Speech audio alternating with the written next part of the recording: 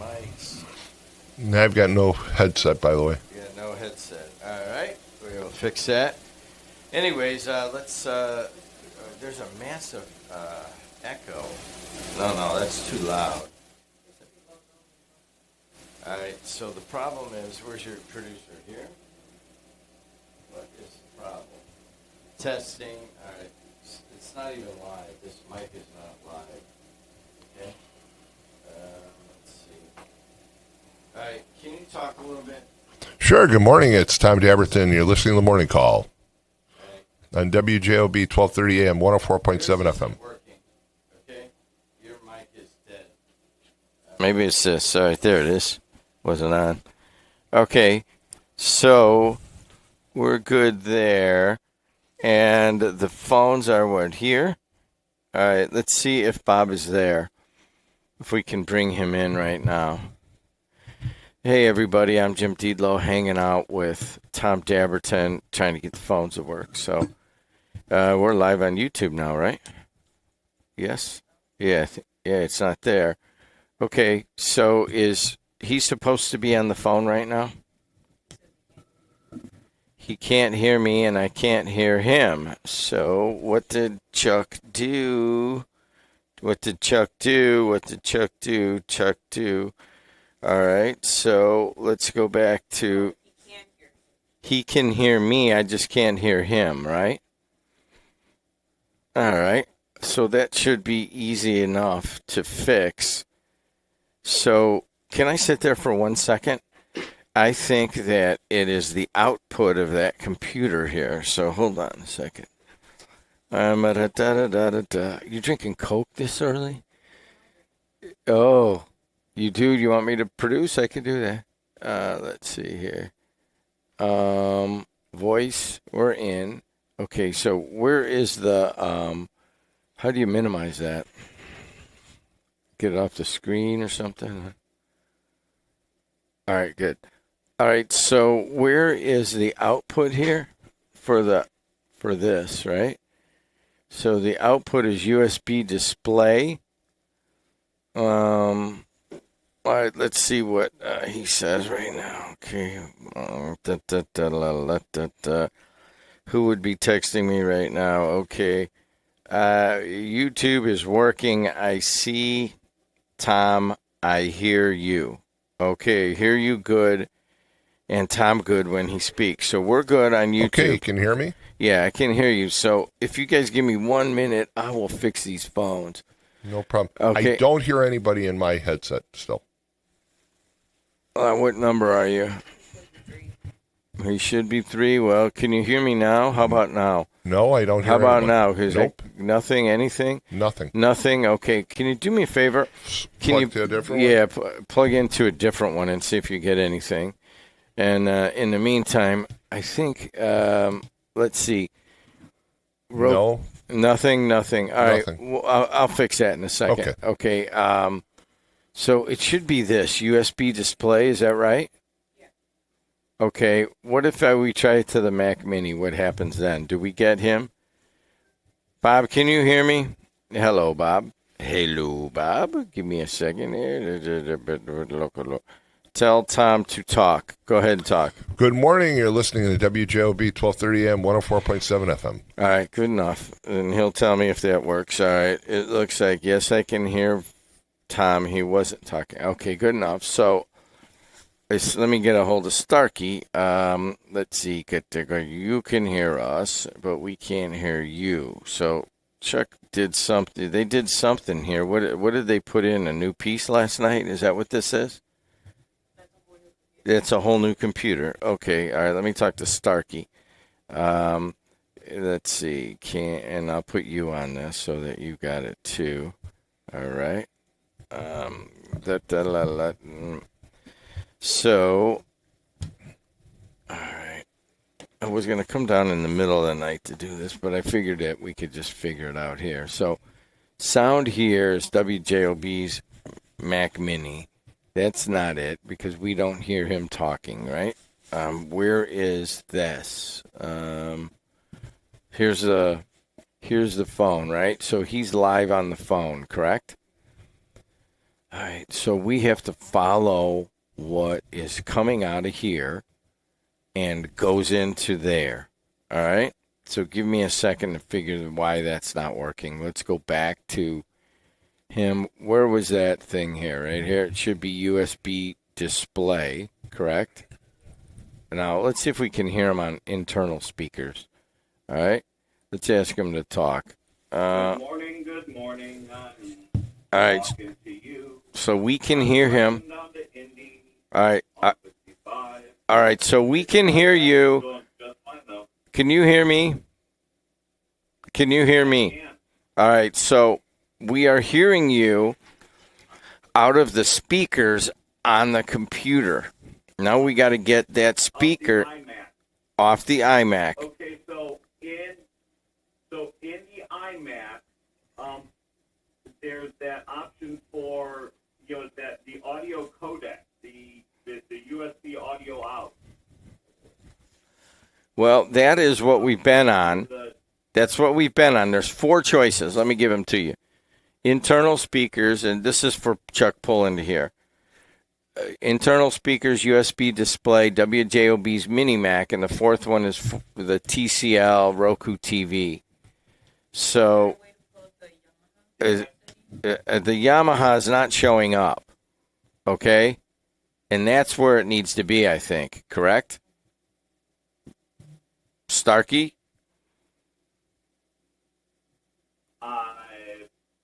possibly. All right, so Follow the Yamaha out of the actual Yamaha and see which computer it's plugged in. okay, I'm going to give this back to Plug into the new one, just put it in the iMac. hey, that's probably what you did. Hold on. All right. So, Tom, you got to just talk to him. Can you hear him? Yeah, I can hear you. Bob, I can hear you over the speaker, yes. So, we may have to take phone calls. Tom. Now, I will say that Tom, I don't know if I'm picking up Tom through his microphone or through what you guys are talking to on the producer desk. He does sound distant, but it could be a phone thing, too. I wouldn't discredit that. All right. So, How you doing, Tom? I'm doing fine, Bob. How are you? You're headed to Indianapolis. You sound like you're happy. Yes, well, I don't know how happy I am. I'm heading down. We've got my position with the IURC. We've got staff meetings all the time with different operators, and so today we've got some meetings with some gas distribution operators down there. But what I'm really excited about, while they're messing with the YouTube and the Yamaha and putting that stuff in it, I do want to take 2 seconds just to hype, since we're just talking radio here, is the opening day for the Railcast is coming up, and on the 22nd, and I'm just a huge fan of the Railcast, and so if anything, I quite literally woke up just excited to go to a ball game. So let me ask you, they have new ownership again, right? They got sold out about a year ago or so. Is that correct? Yeah. Any changes that you see coming down the line with new ownership, or not really? From my perspective, we show up, we eat hot dogs, and we watch the ball game. So I don't know, I don't know what they're doing. And sometimes I feel, so we've been a season ticket holder last year and this year, and just because of that, I feel like I should be more involved. I feel like I should be watching, some more of the inner workings. But we just go for a good time. So I don't know. I really don't know what to expect over the next couple of years. It's just, you're absolutely right, though. It's just nice to be able to sit outside and enjoy a game, and it's really literally in people's backyards, and they don't realize it. There's some good baseball that's played in Northwest Indiana. The Railcats, of course, would be the centerpiece for it. There's also some woodbat leagues around the area. Whiting, for example, I think Crown Point, a couple of other locations. So it's just a great way to enjoy the summer, to be outside and be at a ball game, right? Well, what I never realized before we got the season tickets, and there's a couple different types of season tickets. The ones that we got are the family season pass, It is $250 for 5 general admission tickets to every home game. Wow. And, you know, when you're looking at, hey, I'm going to go up and see the Cubs, and you're looking at, you know, $100 a ticket. I mean, this is 5 tickets every home game, $250. I know it sounds like I'm hyping them. I just think it is such a It's a great deal. I don't feel obligated to go to every single game if I miss something. But if it's a nice day and, you know, we're just hanging out, we can literally just hop in the car, run up there, and enjoy some good baseball. All right. Oh, absolutely. Relatively inexpensive. No, it's, All right, it's so extremely here- inexpensive. All right, so I'm talking to Chuck Pullen here. Oh. Chuck, the out of that Yamaha, or out of that computer is still running through the Blackmagic switcher, which I believe has a blown audio out. So I don't know how it got routed there, but here's what we're going to do for today. You're going to do your show. Obviously, Lynette's going to produce, and when she does go to a phone call, I hate to do this so weirdly, but she's just going to take her headset here, and she's going to put it up to the external speaker. You can still hear them, right? Can hear him fine. All right, let's see. Look, can we test this real quick, Bob? Real quick. I'm going to ask you to tell us why Dyer's so great. Okay.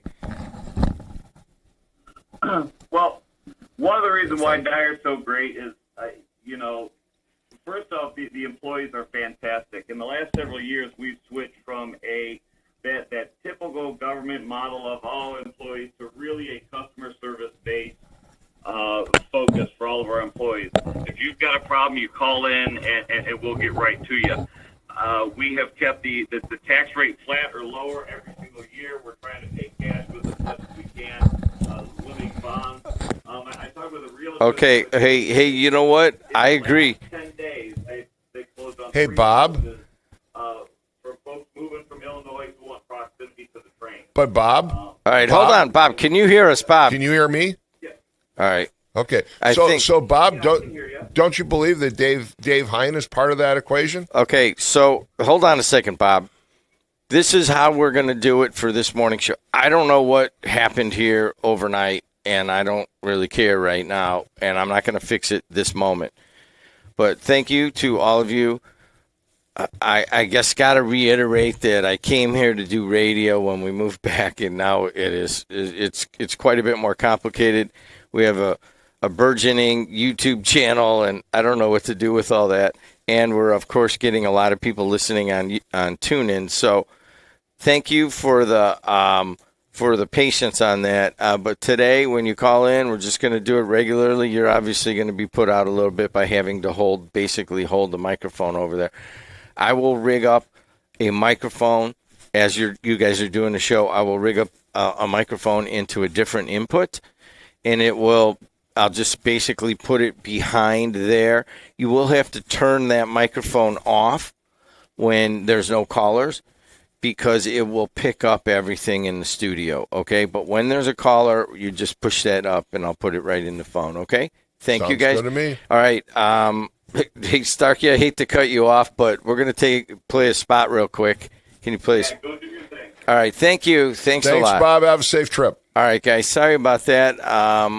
We put some new equipment in, and these guys went to NAB in Las Vegas, and everybody's got great ideas. But as the new technology evolves, it's not just going to go to YouTube, to be honest with you. It's a kind of a much more complex thing we're trying to get across here, including, I'll just announce it, we're going to have our own WJOB app, and that's what we're getting prepped for. All right, so take a short break. I will rig this up, and you will just do your show as normal, okay? Sounds fine. Thanks a lot, guys. All right. When your home needs help, Take a quick the last thing commercial you need break. is a It's morning faceless call with Tom corporation or Dabertin. sales-driven franchise. At Myers Companies, we've been proudly local since 1951, born and raised right here in Northwest Indiana. We're family-owned and operated, built on trust, hard work, and integrity. And because we're family, we treat you like family. Your comfort and safety always come first. For HVAC, plumbing, and electrical done right, choose Myers Companies. Local, family-owned, here for your family. For over 100 years, Roofers Local 26 has been keeping Northwest Indiana dry and safe. Since 1919, our highly trained members have built a reputation for skills, safety, and reliability. With a 4-year apprenticeship and certifications in OSHA safety, first aid, and CPR, we deliver quality you can trust. When you need roofing done right, choose Roofers Local 26, protecting what matters most for over a century. For more information, visit www.roofers26.com. Introducing Powers Health, a health system with a new name and a strong legacy of caring for families in our community. One with a tradition of advanced specialized services and a vision for the future. One with a commitment to medical excellence and compassionate care. Everything we do, everything we believe, powers health. Ogren Insurance, Hammond's oldest family-owned independent insurance agency, now in its 3rd generation providing clients in the Chicago area with products from quality insurance companies to handle your every need. Regardless of driving history, Ogren Insurance can find the right coverage for you at competitive prices. To learn more about the insurance solutions and services we offer throughout Indiana, Illinois, and Michigan, call 219-933-0076 or visit our website, ogreninsurance.com. We're located at 6929 Homan Avenue in Hammond, Indiana. Do business locally with someone you know and trust. All right, folks, we're back. And again, we've got some new technology that was introduced yesterday. So, of course, we have to work out the bugs, and Jed's here to try and take care of that as we move forward. We can take your calls, so 845-1100 is the number to call. Let's do traffic real fast. We didn't do traffic yet. Everything looks pretty good in Northwest Indiana. You heard Bob Starkey. He's driving down to Indianapolis on I-65. I-65 looks great through the region. So does 8094, the toll road, and Klein Avenue. And you get across the line into Illinois. 294 is moving in great shape. The only expressway right now in the Chicago area that's a real problem is the inbound Stevenson. Stay off the inbound Stevenson if you're headed in that direction. That is a nightmare this morning. Otherwise, things look pretty good. Let's go to weather this morning. Good morning. Hold on. Is my mic on? It is. That's weird. Okay. Good morning, everyone. Today we are at 50 degrees with highs of 56 and lows of 42. It's going to be windy with periods of sun. And then tomorrow on Thursday, we'll be having highs of 63 and lows of 49 with plenty of sunshine. Then Friday, we'll be having highs of 74 and lows of 56. And it should be breezy in the morning with a shower in the area. Otherwise, partial sunshine. All right. So last week we sat here and we talked about the day after election. We talked about the results. And there continues to be some political stories emerging in Northwest Indiana. The first one has to do with the current sheriff, Oscar Martinez, and an audit by the state of Indiana shows about $300,000 in commissary funds and other funds that may have not been used the way they're supposed to be. So if you haven't heard that story, basically it's been all over the news. I know it was even picked up by some of the Chicago news media yesterday about the use of funds for all kinds of personal uses and misuse of and mismanagement of commissary funds. Those are the funds that people set aside for individuals who are incarcerated with Lake County. Also, there's a story that is floating around right now, which is Signorelli, the opponent to Scott Miller, who, of course, is a personal friend of mine. I will point out that I've known Scott for a long time and supported him in his race for 5th District County Council. I'm sorry, 1st District County Council. But the story is that his opponent actually has a relationship to one of the county councilmen and to the county treasurer, and that is she is dating and living with Ted Bilski's son in Hammond, who also happens to be a Hobart Precinct committeeman. Not sure how that could be, but nonetheless, that create a problem with Ted having a relative or near relative on the county council with him, and of course his sister is married to John Patalis. So I had a few people reach out to me yesterday and ask me about that one. So 845-1100 is the number to call, and we do have a caller, so let's go to the calls.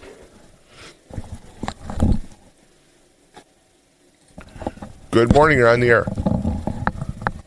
Speaking of Dyer, now that the West Corridor South Shore line is running, is it running full of passengers, as was predicted? It'd be just like Naperville kind of thing, or are you familiar with that? Are you aware as to what the situation is there, Tom? Well, I have not seen any official numbers yet, Walt, but I do know that there are a lot of people who live in Munster and Dyer who seem to be enjoying the new Westlake Corridor.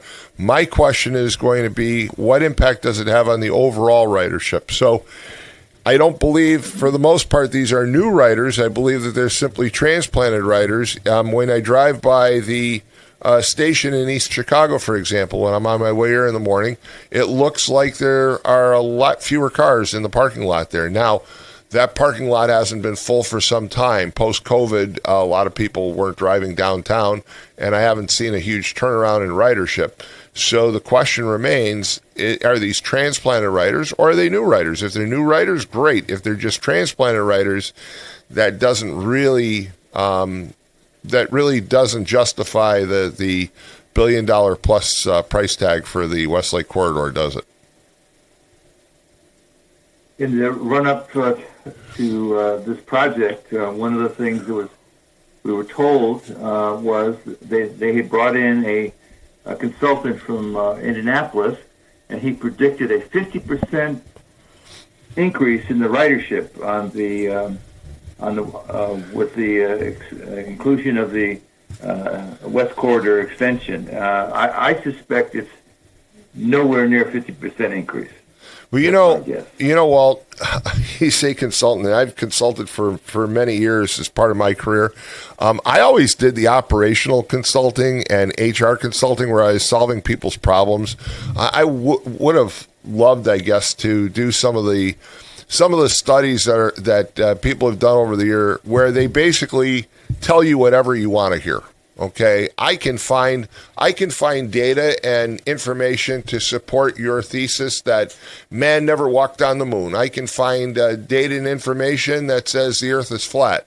And if you pay me enough money, I'll write that report, I guess. And that's the way some of those consultants look at things. I never had that luxury. I was always focused on trying to solve problems that existed. So the fact that a consultant said it was going to increase ridership by 50%, sure. Based on what? Based on the tea leaves that he sees in the bottom of his cup, based on the way the wind's blowing. I mean, what is that actually based on? And I know I've seen some of those studies, and I've seen where they came up with the information. It's just like the studies that have been used to support the building of convention centers. And again, I wish Hard Rock Casino the very best and the city of Gary with the new convention center. But as I pointed out 2 years ago, when you go online and you look at factual data on the demand for small and mid-sized convention centers, it's not as strong as they would like you to believe. So did this consultant use factual data? No, because there would be no factual data. So he basically did a guesstimate. I mean, did he pull out the Ouija board? Chances are he may have. Well, at the time, I made all these same points, and I said, the way consultants operate is they come in and they ask you, what's the story you want me to tell? And then they proceed to produce it. And at the time, also, the South Shore ridership had been in decline since 2008. Every year there was a 2% decline. Furthermore, on a national basis, ridership on public transportation has been in decline. And I offered these points and to suggest that again that all of highfalutin stories about how wonderful it was going to be was just a bunch of baloney. I mean, it just didn't fit the facts here or anyplace else. Well, but I guess the argument could be made is that conjecture in itself because we don't have actual numbers yet.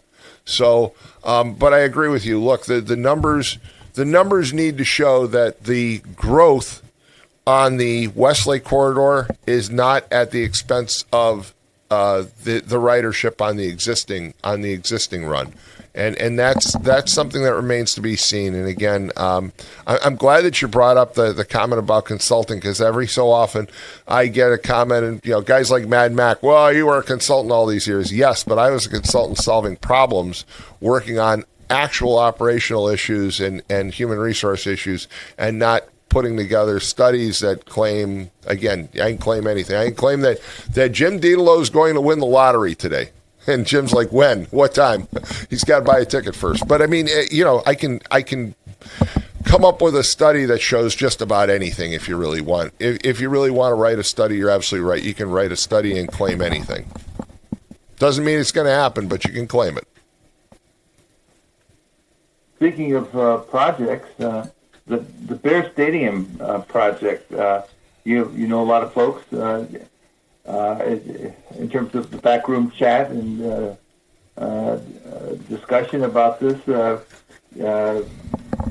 What do you say? What would you say is the drift of, shall we say, the gossip and speculation as to whether the Bear Stadium is coming to Indiana, Arlington Heights, or into Chicago? I have. Any opinion on that? Sure. I have said before, I think the most likely scenario is they stay in Illinois. However, I will say also that in the past couple of weeks, I think there has been a stronger case made for moving to Indiana, and I think there actually is some viability to that possibility. If you looked at it a couple months ago, I felt like many others that we were just getting played by the Bears to get the best deal out of Illinois. I'm not so sure anymore. I think they actually have taken a serious look at Northwest Indiana, at Hammond in particular, and I would say that the chance is a lot better than it was. I still don't believe that I would put money on them coming to Hammond, but I think it's a lot stronger than it was. So if you're the Bears, you're not seeing a lot of movement by the state of Illinois. You see a lot of conjecture, a lot of, claims that they're going to do something, but at the end of the day, the state of Illinois really hasn't acted. And if I'm the owner of the Bears, if I'm the McCaskey family, and as greedy as they are, I think they start to look at things saying, wait a minute, I can save a lot of money moving across the line to Indiana. I will basically be welcomed. They'll support us. The state is with us. The local government's with us. And I think they've got to start looking at that possibility very seriously, and I think they are. There's a big mayoral race going on in L.A., and it's gotten a lot of public, attention. A white guy by the name of Spencer Pratt is running for mayor of Los Angeles, and Spencer Pratt, independent. Walt, I'll just jump in right here. Spencer Pratt is very entertaining. I think he says some great things. I don't think he really has a chance. I believe that to his own detriment, Fox News has picked him up and is supporting him constantly. He is extremely entertaining. He, according to 88% of the people who watched that debate, felt that Spencer Pratt watched it. I actually did watch it on YouTube, and it was very, very entertaining.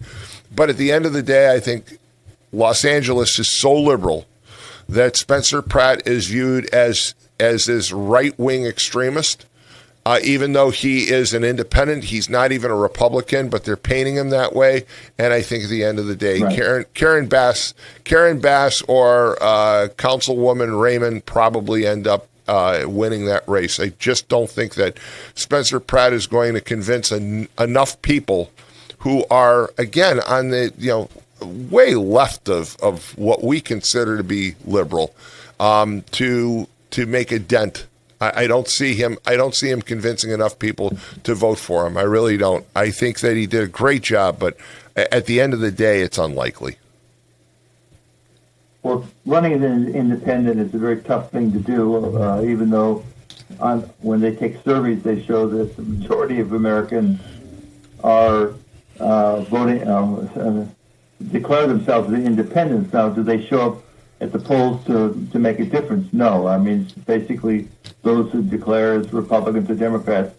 But Spencer complained bitterly that when it comes to dealing with the media, that he gets very rough treatment. Absolutely. All hostile questions. Absolutely. Whereas And again, the he's two viewed. ladies of color. It's all sweethearts, flowers, and unicorns. That kind of thing. He's viewed. Why is the media so corrupt that they think that they have almost like the right to take this kind of approach instead of just doing the news and let the public make the opinion for themselves? Well, because I think, number one, Spencer Pratt is viewed as someone who falls outside the norm, and you have to look at what the norm is in Los Angeles. Los Angeles is extremely liberal. So someone who would be, let's say, someone locally who you consider to be liberal here would be considered probably moderate or conservative out there. They have extreme liberal views. They've been influenced heavily by the entertainment industry and everything else. And Spencer Pratt has gone after some of the very foundations of that liberalism in Los Angeles. So he's not being embraced by the political system. He's not being embraced by the news media out there. But the news media out there has to also adjust to the norms of the local population. And I think that's part of the problem for him. Again, it would be great to see him win. He said everything correctly. If you gave him a score for that debate, I'd give him an A+.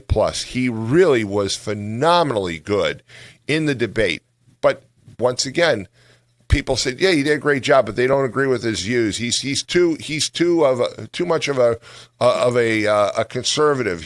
When he says, people need to, the homeless, for example, they need to be given the opportunity to live in a home, or they need to be moved out of Los Angeles. That was viewed as a very extremist comment. His comments about the police were viewed as extremist, even though those views here would be viewed as like common sense. You need more police officers so you can answer calls. That's not viewed the same way in Los Angeles. Look, I was out to LA a few years ago several times on business, and I can tell you that when I sat out there, I had people who would tell me horrible stories about homeless defecating on their front lawns, on how people were camped out on their lawns and they couldn't get rid of them. They were using their garden hose as showers, that they would do all kinds of nasty things on their property. And I'd say, well, why don't you call the police and have them removed? And they're like, well, they're homeless. What do you want me to do? I mean, they didn't have the view of, yes, that's what I should do, or blame the police for not moving them on. They're like, well, but they're homeless. What do you expect? We have to consider the needs of our fellow man. And they would give me these crazy liberal rants, and it's like, wait a minute, you just complained about the person defecating on your front lawn who's living out there using your garden hose and living rent-free on your lawn, and then you're telling me that I'm an extremist because I'm saying maybe the police should remove them, and you're saying, no, they're homeless, and we have to consider their needs. So you can't win the argument out there, and I just don't see Spencer Pratt catching on. But, Walt, I want to thank you for the call. We're going to move on. Thank you so much. 845-1100 is the number to call. Do we have another caller? All right, we have some additional callers. Good morning. You're on the air. Morning. How are you today? I'm doing great. How are you? All right. Watching Channel 9 this morning, and I happened to notice there was an article with the press conference with the president, and he was talking about how he didn't care about the American economy. All he cared about was that Iran may or may not have a nuclear weapon. And it made me think back to years ago when there was another president that said that we needed to go into Iraq because of weapons of mass destruction that the UN had previously been in there for 5 years and couldn't find. Mm-hmm. So I'm just kind of wondering, is this just another smokescreen for the president to try to get his additional agenda or his personal agenda handled instead of, worrying about the country the way he should? Well, I agree with you. I'm troubled by his comments that, he basically is kind of foregoing all other concerns over Iran. I do think that Iran, there is plenty of proof that they were trying to build a nuclear weapon and build a ballistic missile. I'm not hearing you. Well, we're trying our best. We're having a little problem with the audio this morning on the phone call, so we're trying our very best. I think that, once again, I agree with you that Trump needs to focus more on the economy. I do think that there's legitimate proof that Iran was building a nuclear weapon. In fact, they built a ballistic missile that no one knew about until they aimed it at Diego Garcia, which is well outside the range that people thought they had a missile. So I think Iran does in fact want to build a nuclear weapon. They did have enriched uranium, and it looks like we lost your call, so call us back. But I agree with you on the part of that Trump needs to focus more on the economy. Let's take a quick break. We've got some callers. We'll come right back. And if you were that caller, your call dropped, call us right back. 845-1100. We'll take a quick break and then go back to the calls. Summer's coming, and Deep River Water Park is taking applications for all positions. We have jobs both inside and out for all ages that offer great benefits. Free admission on your day off for you and a friend. Free uniforms, paid training, make new friends, flexible scheduling, and more. To apply, just go to deepriverwaterpark.com and you're on your way to a summer of rewarding fun. Deep River Water Park. It's simply splash-tastic. From the gas in your car to the heat in your home and the roads that you drive on, our work powers daily life. We are USW Local 71, the proud men and women of the Whiting Refinery. We're not just refinery workers. We're your friends and neighbors, raising our families here, shopping in the same stores, and cheering in the same stands. USW Local 71, powering the region because we are the region. Life's biggest challenges don't come with a warning. When legal issues arise, whether it's a car accident, personal injury, criminal charge, or representing you before municipal boards, you need a trusted advocate on your side. At Westland & Bennett, we listen first because your story matters. We provide strategic, personalized legal solutions to protect your rights, your freedom, and your future. Peace of mind starts with a conversation. Call 219-440-7550 today for a free consultation. It's the simplest expression. It's the smallest thing that changes everything. A smile. So easy. A smile lights it up. Apologizes. And welcomes unconditionally. Because the shortest distance between two people Have a great day. is a smile. Thank you. Strack & Van Til, where making life easier starts with a smile. All right, we're back, folks. And again, if you were that caller, I really would love to continue that conversation because I think there are a lot of people who see some similarities between what's going on in Iran and what went on in Iraq. I think there are some differences, though, and I'd love to talk to you about it, but we lost your call. So give us a call back at 845-1100. By the way, Mr. Fix-It himself, Chuck Pullen, is on his way in. He'll be here at 7 o'clock and hopefully figure out what's going on.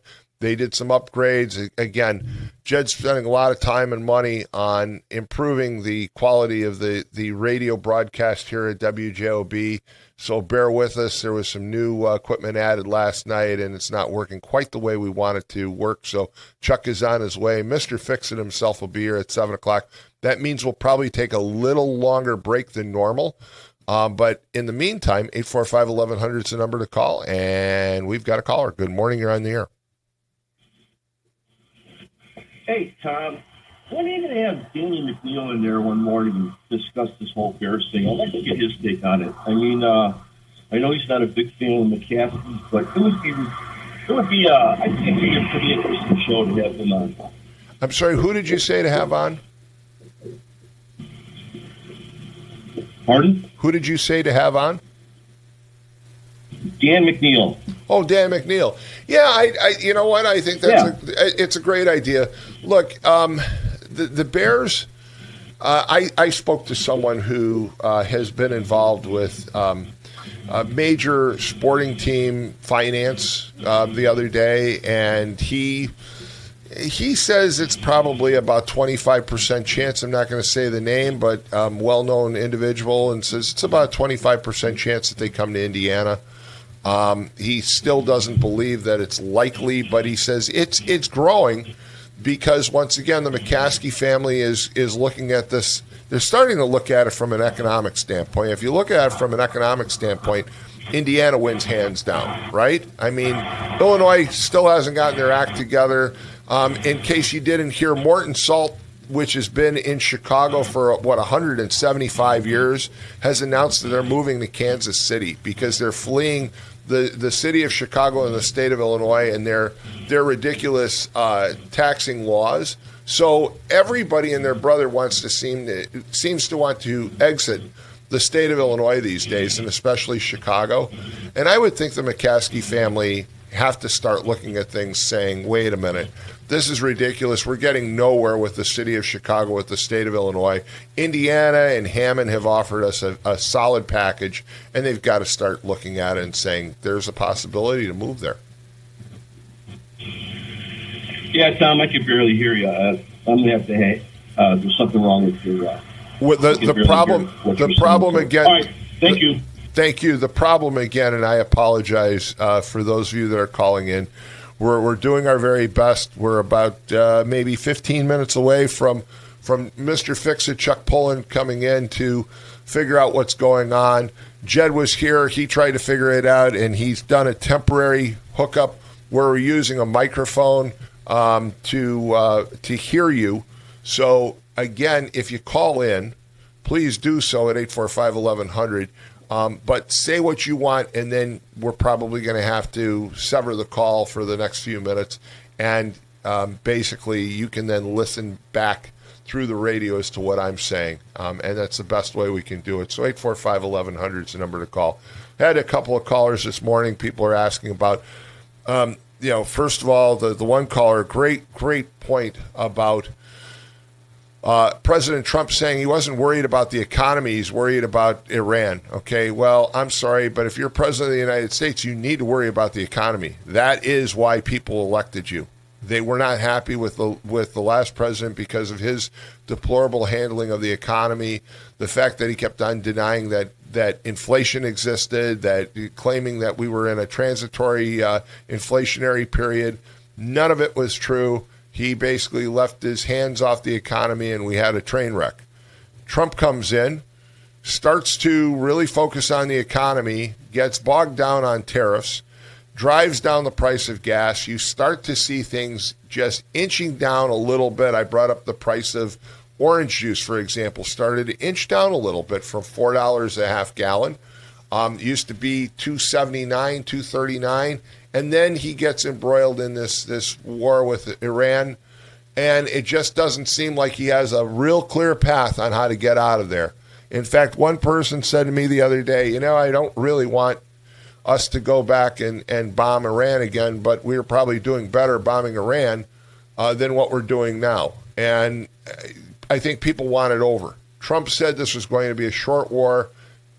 People believed him. Their patience is wearing thin, and they want some action. In the case of the Chicago Bears, again, I'd have to believe that it's starting to make more sense to the McCaskey family and to the Chicago Bears organization that Indiana might be the place for them to go, because the state of Illinois can't get their act together. When you lose a company like Morton Salt, which has been part of Chicago for 179 years, that really says something about the problem with the Chicago economy. It's really falling apart, folks. You're seeing a lot of businesses close. You're seeing a lot of restaurants exit. And now you're seeing big companies exit too. Griffin moved out of Chicago and so many others. And I think that it's a problem. In fact, the one caller I think it was Walt who brought up the train, the South Shore. Part of the ridership issue is going to be whether there are people that are riding basically to Chicago. And Jed looks like he's hard at work trying to fix the system because he just walked in with a butter knife. And of course, a butter knife in the Dabertin and the Dietelo family history basically is not only used to cut things and spread things, but it's also used as a screwdriver. So I thought he was going to tighten something. But when you look at ridership into Chicago, it might be because people are exiting Chicago and the jobs aren't there either. 845-1100, we've got another caller. Let's try the caller. Good morning, you're on the air. Yeah, can you hear me? I can hear you.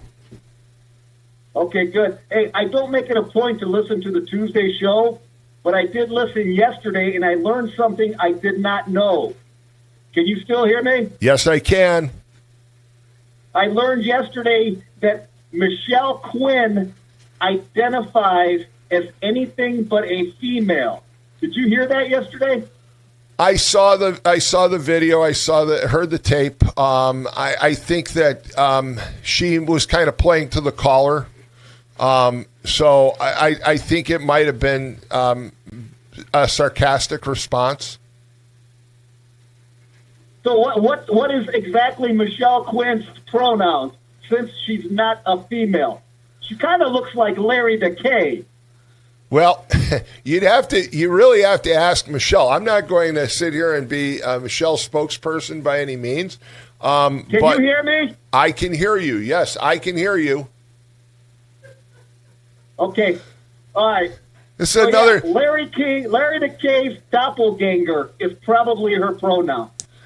Well, can you hear me? I can hear you fine. Yes. I think that she was being sarcastic when she made the comment that she made. I don't think she really meant to say that she answered to unique pronouns. But again, I'll let her answer that. Honest opinion. Does she look like Larry the K? Can I hear you? Can you hear me? Can I hear you? No, you know what? I'm not going to answer that one. Again, I won't speak for Michelle. I'm not going to speak for anybody else. If they make a comment, they've got to claim that comment. They've got to respond themselves. I might once in a while respond on behalf of Jed Dietelo just because I like to razz the guy, but otherwise I'll let everybody else respond for themselves. And we lost the call. And again, folks, bear with us. Keep on calling. We're having a little problem. We can hear you, but it's a little challenging. And Mr. Fix-It, Chuck Pullen, is speeding up Indianapolis Boulevard as we speak. So if you're a police officer, let Chuck get by so we can get these phone lines fixed. 845-1100, we've got more callers. Good morning, you're on the air. Hey, if you want to get your entertainment for the day, go on YouTube and go look at MX's latest video that he posted. You'll get the a great laugh of the day, everybody. So that's what I got for you. Have fun with that one. It's hilarious. All right, that's the video. That is the video of Michelle Quinn and the caller asking about pronouns, right? And we lost. I think that's what they're talking about. Yes, MX Cartoons posted the video yesterday. A couple of people sent it to me. And again, if Michelle, wants to say what she wants to say, it's up to her. As I've said before, I love doing Wednesday because Wednesday is the middle of the week and kind of middle of the spectrum, and that's where I like to fall. I don't want people to brand me as a Republican. I want people to brand me as a Democrat. I think that this day and age, you want to be in the middle. You want to be independent. I think there are a lot of challenges that we have in this country, and we just don't seem to understand how to find the middle ground. So that's where I'm at. So if you want the left view, you call in on Tuesday, I suppose. But 845-1100, and I'm getting a bunch of text messages. Give me a second here, folks. Okay. I won't read that one. Let's see. Here's another one. Do we have any information about an accident on Klein Avenue northbound at 15th? I do not, but I'm going to check the map right now and see if we have any information from there. So if you know of an accident on northbound Klein Avenue, please call in at 845-1100, and we'll do the very best we can until Mr. Fix-It gets here.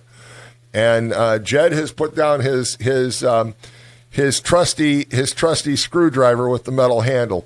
It looks like I can tell the person that just texted in about the problem on Klein Avenue, it is showing on the map as road work, that there is road work being performed on northbound Klein Avenue right around 15th.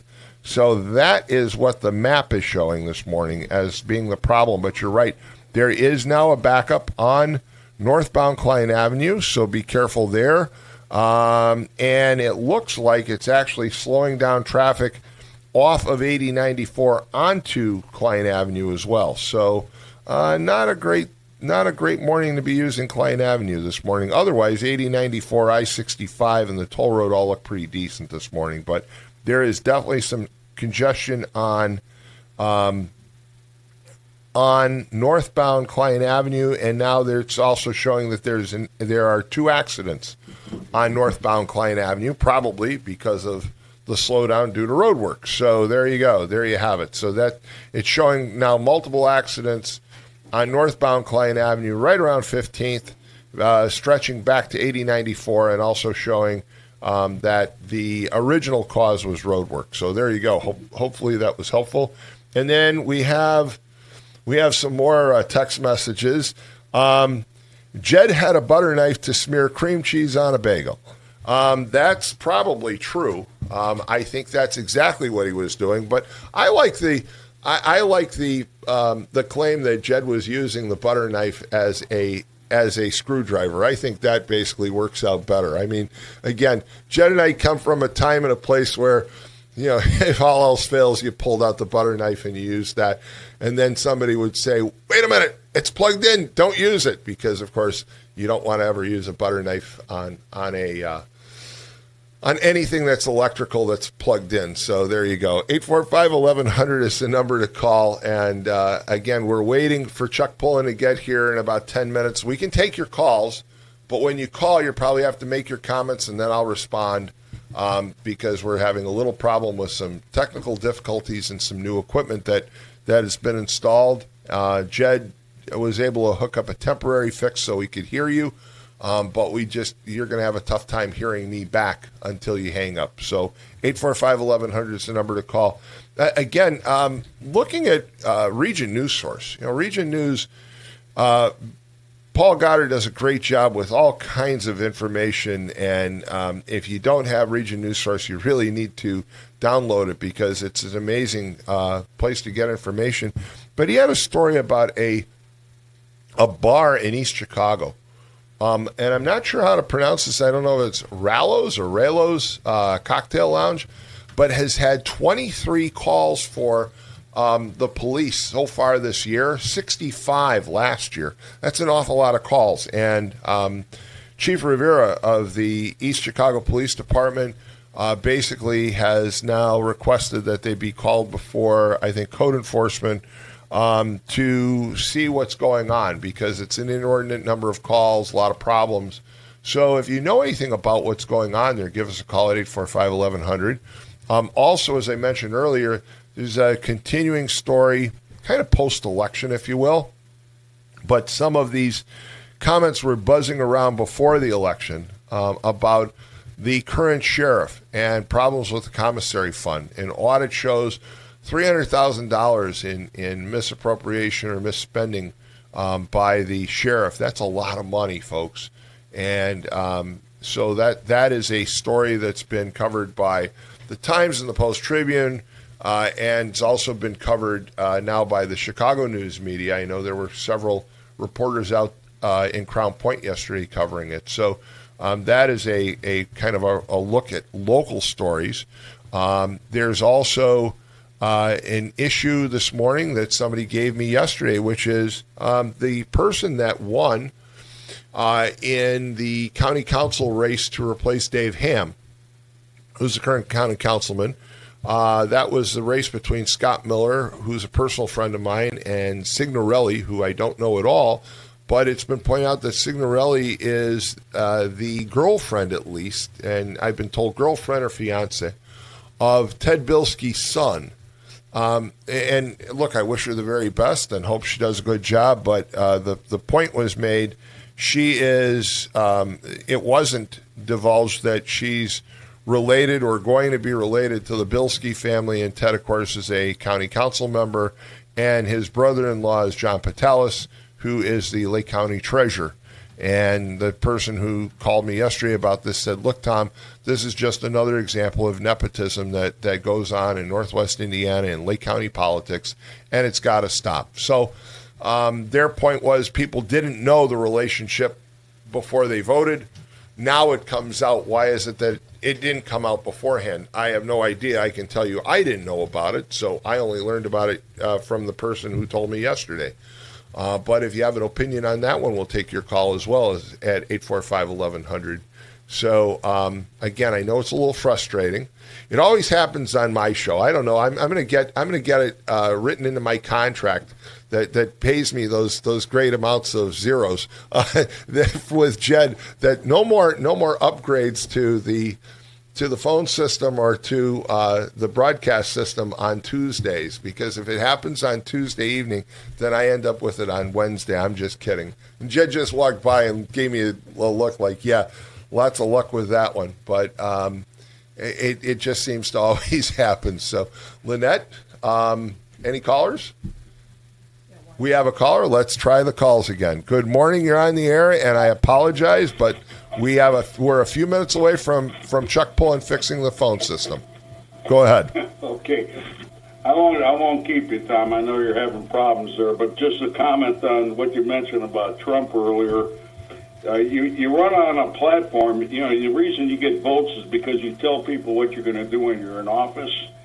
And when you do a 180 on them like Trump did, and jump into bed with Israel for this war, and then have the audacity to tell people that, guess what, everything I promised you, that's out the window, this is more important, that's what I'm going to follow. Well, guess what? A little prediction. This November, there's going to be a bloodbath, and the Republican Party's going down. I hate to say it, but you got to be realistic about these things. Trump made his bed, now he's got to sleep in it.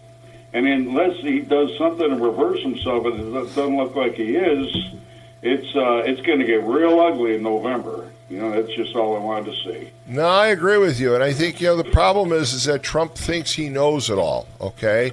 And he's missing the point. Why did people elect Donald Trump? People elected Donald Trump because they basically trusted him on the economy, and now the economy is starting to falter. You can say what you want. Oh, sure, the stock market is doing well, and employment's doing well, but it's still the average person is being hit. When I go to the supermarket and I look at the price of orange juice, just an example, I love orange juice. I don't drink orange juice very much anymore because I'm not paying $4 a half gallon. So,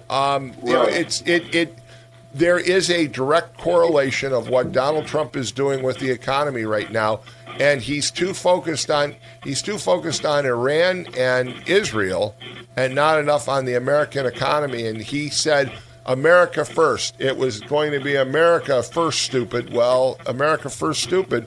It's more like Americans were stupid to believe that they were going to be first. So, and hey, guess what? Mr. Fix-It's here, Chuck Pullen. So I think we're going to take a quick break. We'll come back in a few minutes. Chuck will have us all back on the air, and we'll all be set up. So keep it tuned right here. You're listening to The Morning Call with Tom Dabertin on WJOB 1230 M 104.7 FM. We'll be right back. It's gold rush time at Albert's. Oh, looky here! Oh, those are gonna fetch a pretty penny. But who's gonna buy them from us? I'll buy that gold from you. What did you say? I said I'll buy that gold from you, and I'll give you top dollar. That sounds great. It's gold rush time. We will see you at Albert's. Fox Point's free summer Wednesday night concert series kicks off June 3rd with 16 candles. As June heats up, dance to Rico, Boy Band Night, and the Chicago Experience. Then join us for our first free Friday Night Lights concert featuring Fearless, a Taylor Swift tribute, and Beyond the Blonde on June 26th. Fox Point in Lansing, Illinois is just minutes from I-8094 and parking is free. Visit foxpoint.org for our full schedule. That's point with an E, foxpoint.org. Are you sausage curious? Who's ready for a Polish? Big Frank Sausage has the very best Polish food in the region. You had a mouthful of Big Frank sausage? We have a full bar, dine-in, carry-out, delivery, and catering available. I've had a mouthful of Big Frank sausage. I've got a mouthful of Big Frank sausage. 219-378-9556. Smacznego i na zdrowie. Who's ready for a Polish?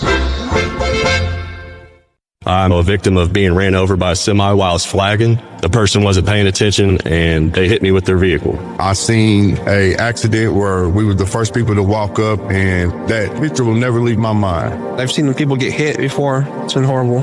Construction zones on roadways and bridges are more than just cones and equipment. They're the workplace for thousands of dedicated union laborers. Everybody has a family that they need to get back home to, so please just pay attention to us out here while we're working. We all have family, and I know it's a pain in the ass, but we're trying to make the roads better for y'all. We're doing this for everyone. We're hardworking Hoosiers, just like you, and we all want to make it home safely. People would just take a couple seconds to pay attention. Be aware of where we're at, where the cone zones are at. We're all in this together, and we're all just trying to be safe. This is Brian Short, business manager for the Indiana Laborers District Council. Everyone deserves a safe place to work. Do your part in the cone zone. Slow down, save a life. We're all in this together. A message from Laborers International Union of North America and affiliated locals.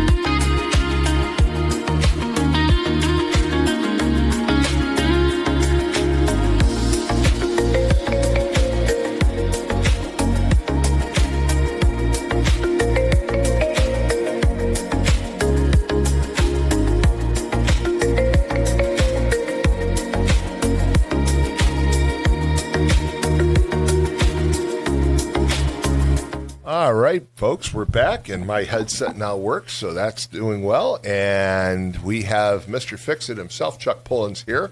Good morning, Chuck. How are you? I'm good. I have to turn myself up. There we go. Hi. Good morning. There you go. So let's. So I think we're good, and let's take a call. So if somebody wants to give us a call, 219-845-1100, and we'll do it live. As I Bill think, O'Reilly used to say. Lynette, why don't you tell Jed to call right now? Just tell Jed to call in so we can check it. He's in a different part of the station. So, yeah, just ask Jed to give us a call. How are you this morning, sir? I'm doing great. You guys are rolling with the calls. It's always fun. You know what? Yeah. We have great callers, and I appreciate the patience of the callers. We had some technical problems, but, of course, we've been doing some upgrades here at WJOB, so bear with us, and we think we have it resolved for today. So we're going to have Jed give us a call and see if we've got everything ready. Good morning, caller. You're on the air. Hi. Hi. All right, this is Jed. Jed, you're calling in to check the system. Can you hear us okay? Hello. Is anybody there? Jed, can you hear us? Is Jed there? Me? Is this a new show? Hey, it sounds good on the intake. I know that, Chuck, we can't really adjust that outgoing volume, but this one is very good. How is my incoming volume on the air? I think it's fantastic. Yeah, you sound fine, Jed. Let me just ask you a quick question since this came up this morning. What pronouns do you use? Uh-oh. For what? For anything.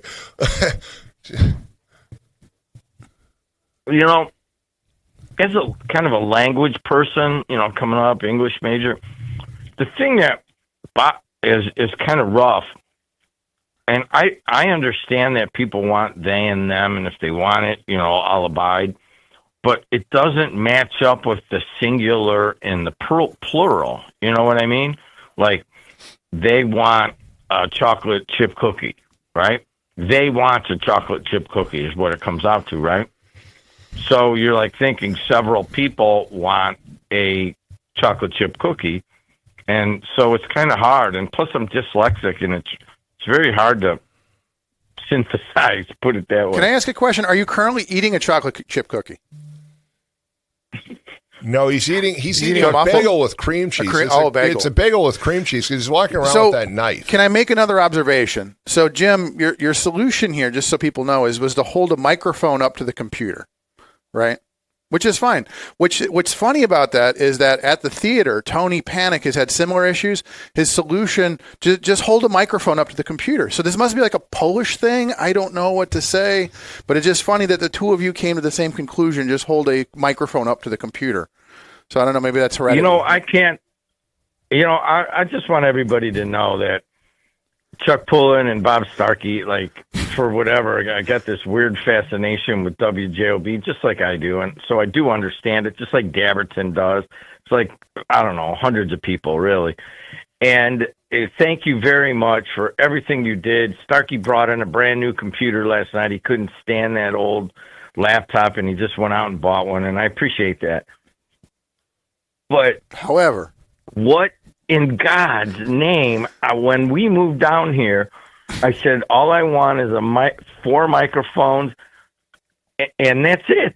And it goes right into the transmitter. I've walked around the corner and plugged it right in the transmitter. Everything's fine. It still does that. Now we have all this high-tech equipment, really high-tech equipment, and I appreciate all of it. But it's just so complicated, and it doesn't work all the time. It worked fine. So, you and I were here till 9 o'clock the other day. Everything was 100% when we walked out, was it not? We were here late. We got everything going. We walked out, and the next day, everything was broken again. Okay. Do you remember when you told me, wait a minute, do you remember when you told me, like, last October that you were thinking of moving back here, my comment? Do you remember? What was it? So you said, hey, we're going to probably move back. What do you think? And I said, look, I think it's great. We'll move back, and we'll do things the old way. And you looked at me and you go, well, no, not the old way. We'll just be in the old location, but we're going to do things the new way. And I walked away shaking my head. Then just, my take on technology is, I'm still looking for my flip phone. But look, I think it's great. You're doing a tremendous job, you and Chuck and Bob, in upgrading everything. And people like to poke fun sometime, but they have to understand that you're taking technology that basically is 100 years old and upgrading it to the 21st century. So it's a little hit or miss sometimes, but we'll get there. Yeah, the idea, though, really, and Pullen has kind of brought my attention to this, is that what used to be only possible for Google and Facebook and YouTube, we can do now, especially with AI. So we basically are getting away from global platform dominance with the Heartland Sports Network, and now Lynette and AJ Preboy are going to make a WJOB app so that we don't have to, go to the big people that are just kind of ripping us off. But through that, we're the first ones. We're going to be right on the frontier all the time. So the good thing is, though, is that our listeners, Tom and Chuck, both have a lot of patience, and they understand that we're setting it up for the next generation. So these guys call in like Dave from Crown Point. That was so funny. Can you hear me? Well, all I can say is, look, I appreciate the comparison, the analogy to Google, although I really, truly hope that Google this morning didn't have a problem and had some guy basically drive in to take one plug from one box and plug it into another so that Google could survive. I think it might have been an overstatement when you compared us to Google, okay? Oh, that's exactly what Pullen did. But when we were on at 5:55 trying to figure this out, I knew that Chuck Pullen was laying in bed and was like, oh, my God, I got to go to work early and I got to go. Oh, no, Jim. At 10 o'clock last night, I knew we were going to be in this situation. I was just waiting for all of you guys to cry uncle and say, okay, come fix it. But you guys are all stubborn, hey, so man, I waited for that. And that we can't thank you enough. Dabertin, one of the problems is that I sent Starkey, Pullen, and Ben Cohart from Heartland out to NAB, which is National Association of Broadcasters. Chuck Pullen could have spent $50,000 in 10 minutes on equipment if I had given him my card. Can I clarify, though, what I was looking for? I was looking for a waterproof audio board so that nobody can spill coffee on it. Oh. I asked the guys, I said, can you put a plastic sheet over this audio board so that, people can't spill? He said, well, maybe people shouldn't drink coffee in the studio. I said, well, maybe that we shouldn't do that. Well, I think cream cheese and jelly can cream cheese, yeah. I said, is it cream cheese? Screw up a board, I got the cream cheese extended warranty as well, but... Okay, Verley Suggs, she just can't stand it when. And if you guys aren't following this, the other day I was filling in and doing the show, and I spilled coffee on the main mic and headphone splitter. It's a kind of a big piece of equipment, and now 2 of the channels don't work. And it's ostensibly because of the coffee that I poured. It's unrelated. And you know what? I will tell you this. There's 100% of all listeners today and every day who believe that you're capable of spilling coffee into a board and knocking off 2 channels. Hey, man, thank you, Chuck, for coming down. Let's get off this. There's plenty of things going on. And I've been enjoying the roast of Jed Dietlow. I was watching the roast of Kevin Hart last night. We should do a roast of Dietlow. We could make a fortune. That would be fantastic. I got to go. Thank you, caller. All right. So one of the things that he keeps talking about just plugging in the transmitter, and I always ask this question, Lynette, did you ever listen to radio before you joined this crew?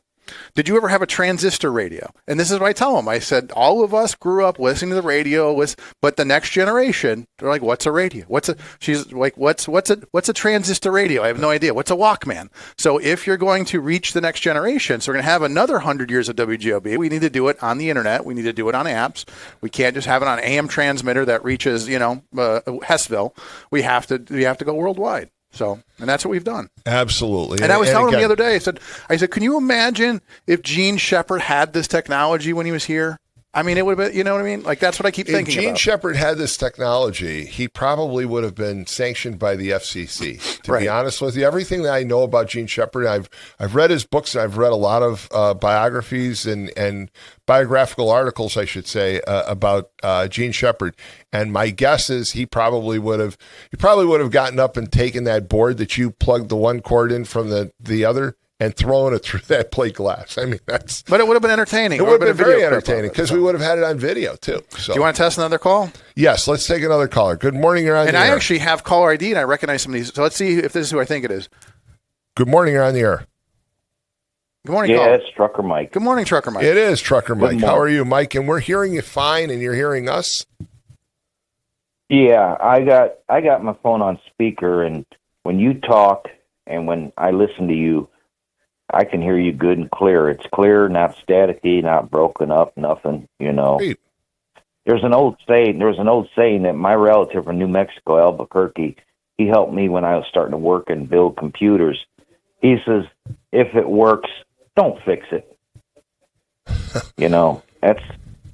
And I learned many times because I tried to do something and straighten something out, and I messed it up, and I had to call him, and he kept sinking into my head. If it works. Mike, can I just ask you, though, A, when you tried to fix it, did you use a butter knife, okay? And B, did you spill coffee into it? Because if you did, then you're actually Jed Dietlow pretending to be Trucker Mike. No, I just threw it in the garbage can. Okay, then it's Trucker Mike. No, but, I was busy working and cutting videos. I didn't even get on when you guys first came on, so I didn't know when I heard Chuck talking in the background, I'm thinking, wait, this is Wednesday. He's only on Mondays and Fridays. Well, but he's Mr. Fix-It. We had a problem this morning, and again, Jed went and he used the Polish fix, which was to stick a microphone next to the output of the computer. And that's how we were hearing callers for the first hour, but now we're hearing callers crystal clear. It's doing great. Yeah. And again, can't say enough about Chuck Pullen, folks. Came in, was able to fix it, knew what was going on, and so we're back to taking calls. So what say you? Yeah. Oh, well, I've been running around last weekend flying my drone because I had to do some Yes, video. I saw some of the video that you sent me. Well, some of the people asked me to come out and do shots of their building. They put new signs up, so I went out and did that.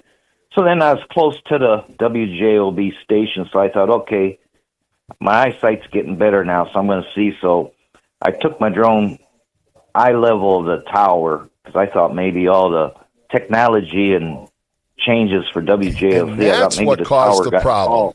That was the problem. No, so it was your drone. Your drone hit the tower, and that's what caused the problem. I'm just kidding. No, I thought maybe the tower grew and got bigger and got better, but it's still same height, and that bulb is up there still blinking. I got a nice shot of it. I did some nice shots of the thing. If you see that tower growing or shrinking, make sure you let me know, please.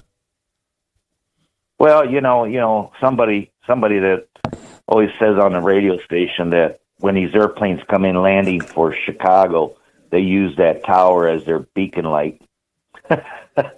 I won't say his name, but that's the thing about technology. I mean, I've had problems. I had a website for so many years for my racing, and I've seen what goes on, and I see where people mingle on a social media mostly and what they do, because instead of just going to the sites, I go into the area. I can see how many people are on each site, what they're doing, and where the more popularity is. I keep an eye on that, but I went out, they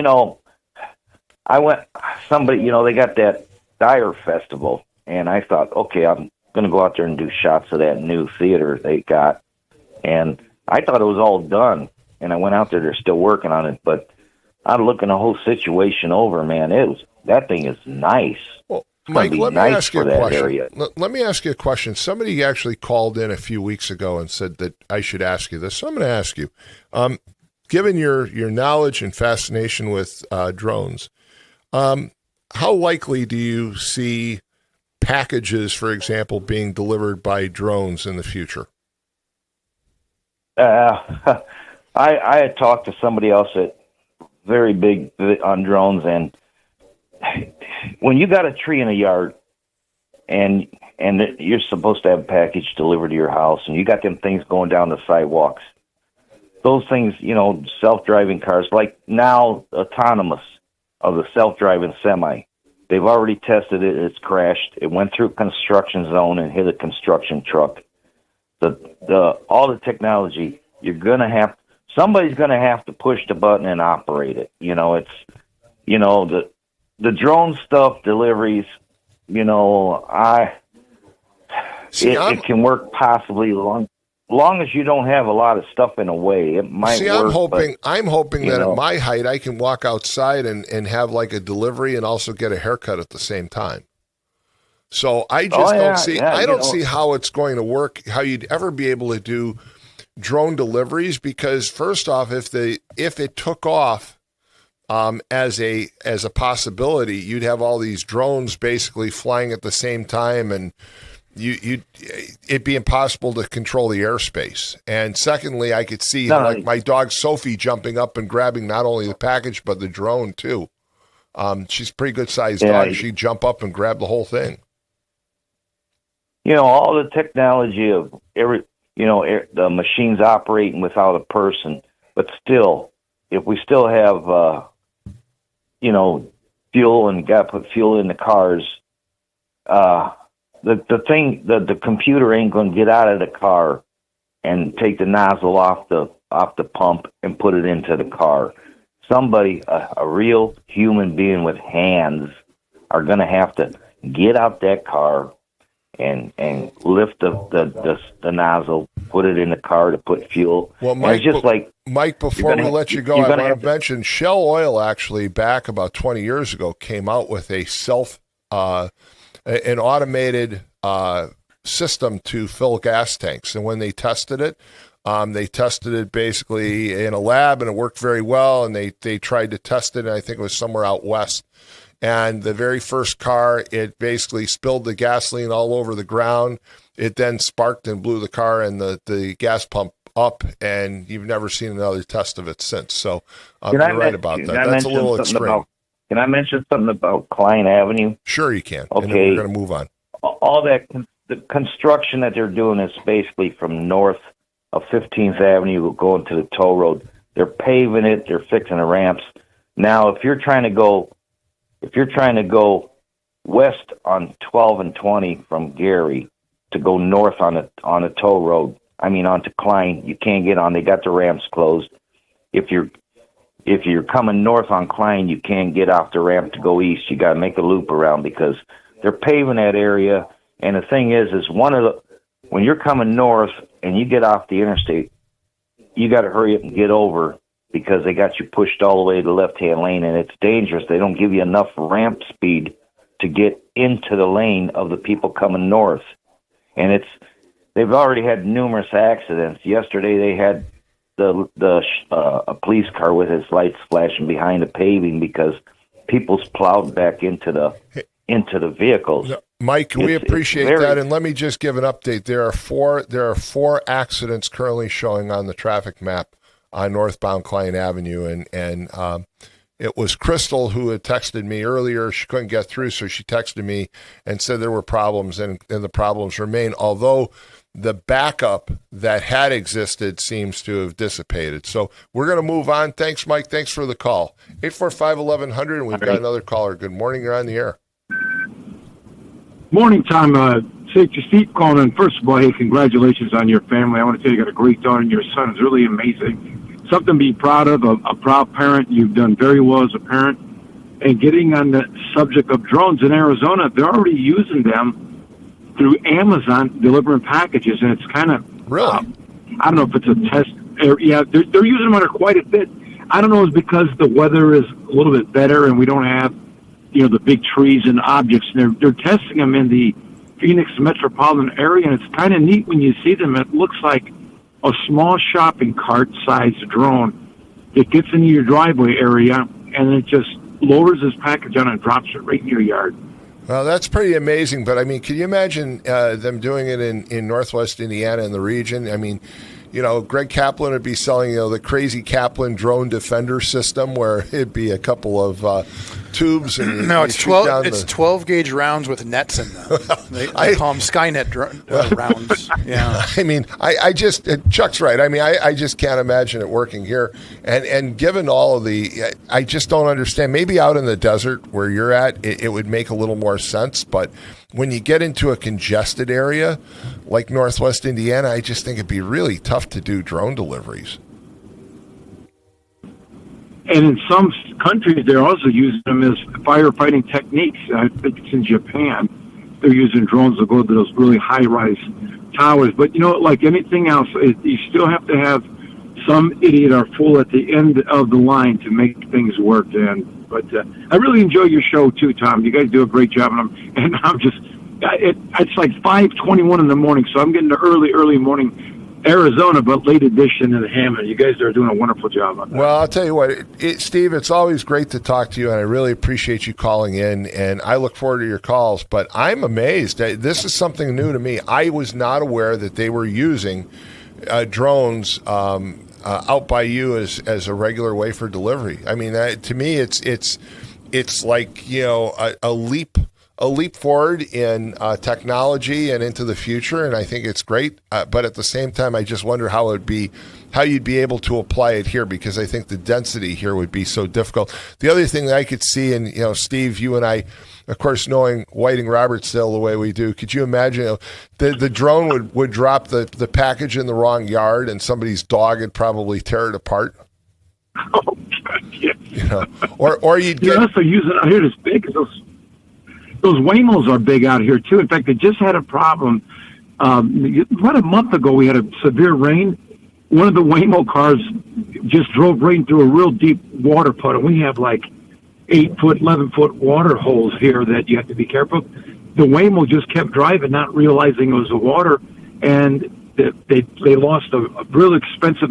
They're using Jaguar, real expensive electric Waymos out here, and they lost one in a big water puddle. So technology does have its drawback. It sure does. It sure does. But if they're using Jaguars for Waymos, that's pretty nice too. Hey, Steve, thanks so much for the call. I appreciate it. Have a great day, Tom. 845-1100 is the number to call. We've got the phone lines working great now, so we're going to take a quick break. And when we come back, we're going to take your calls. So keep it tuned right here. It's Tom Dabertin on the morning call. By the way, quick update. At 8 o'clock, the 100 Club of Illinois is going to be here to talk about their support of first responders and families who have been lost in the line of duty, and to honor the legacies of the fallen. So we're going to talk more about that when we come right back. 845-1100, we'll be right back. Plumbers Local 210 is building the future, and we're looking for service plumbers to join our team. Our training center invests nearly $500,000 every year to make sure our members are the best in the industry. From a 5-year apprenticeship and an associate degree at Ivy Tech to ongoing certifications in safety and new technology, our plumbers are trained for excellence. Every member is drug tested and licensed for your safety and peace of mind. When you need plumbing work done, make sure you ask for the license. It's your right to ask. Before Notre Dame Federal Credit Union, we were being charged various maintenance fees and various check writing fees for all of our accounts. And with Notre Dame, we don't have that. We have that true community partnership. We get interest based on all of our parish and school accounts, and the interest rate is really second to none.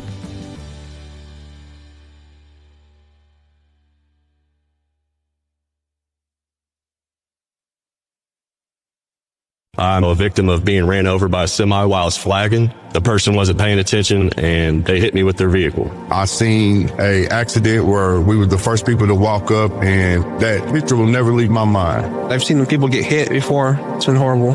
Construction zones on roadways and bridges are more than just cones and equipment.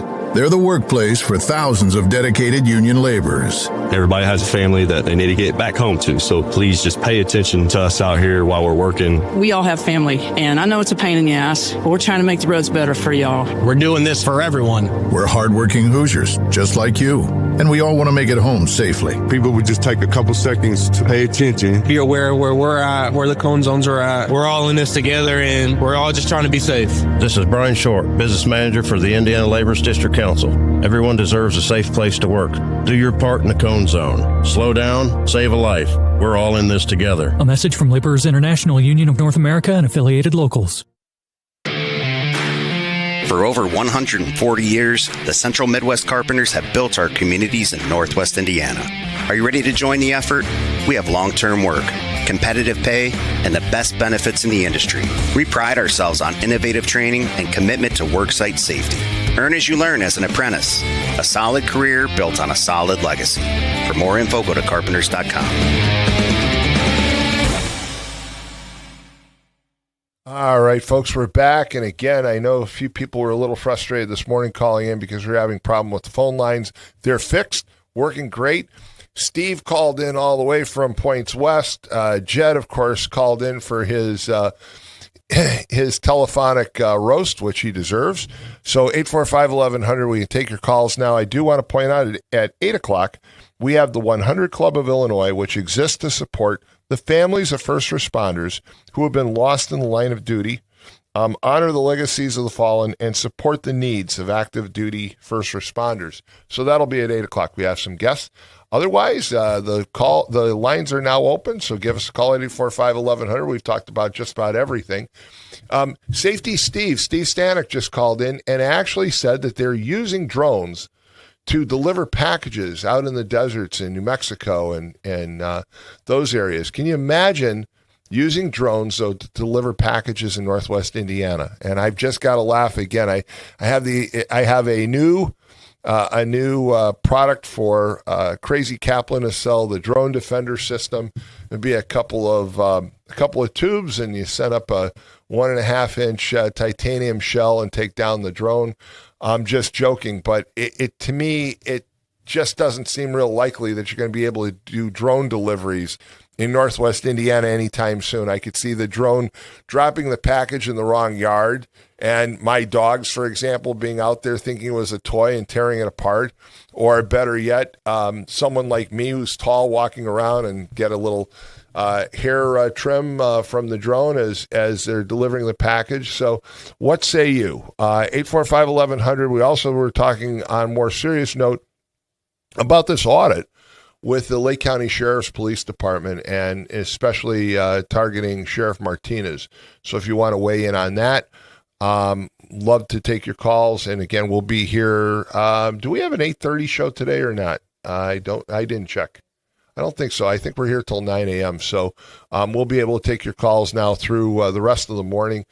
Callers called in this morning about the situation with Iran. And I am troubled by Donald Trump's comment yesterday that he's worried about Iran, not the economy. Well, I think he needs to worry about the economy because the economy was the number one reason why people elected Donald Trump.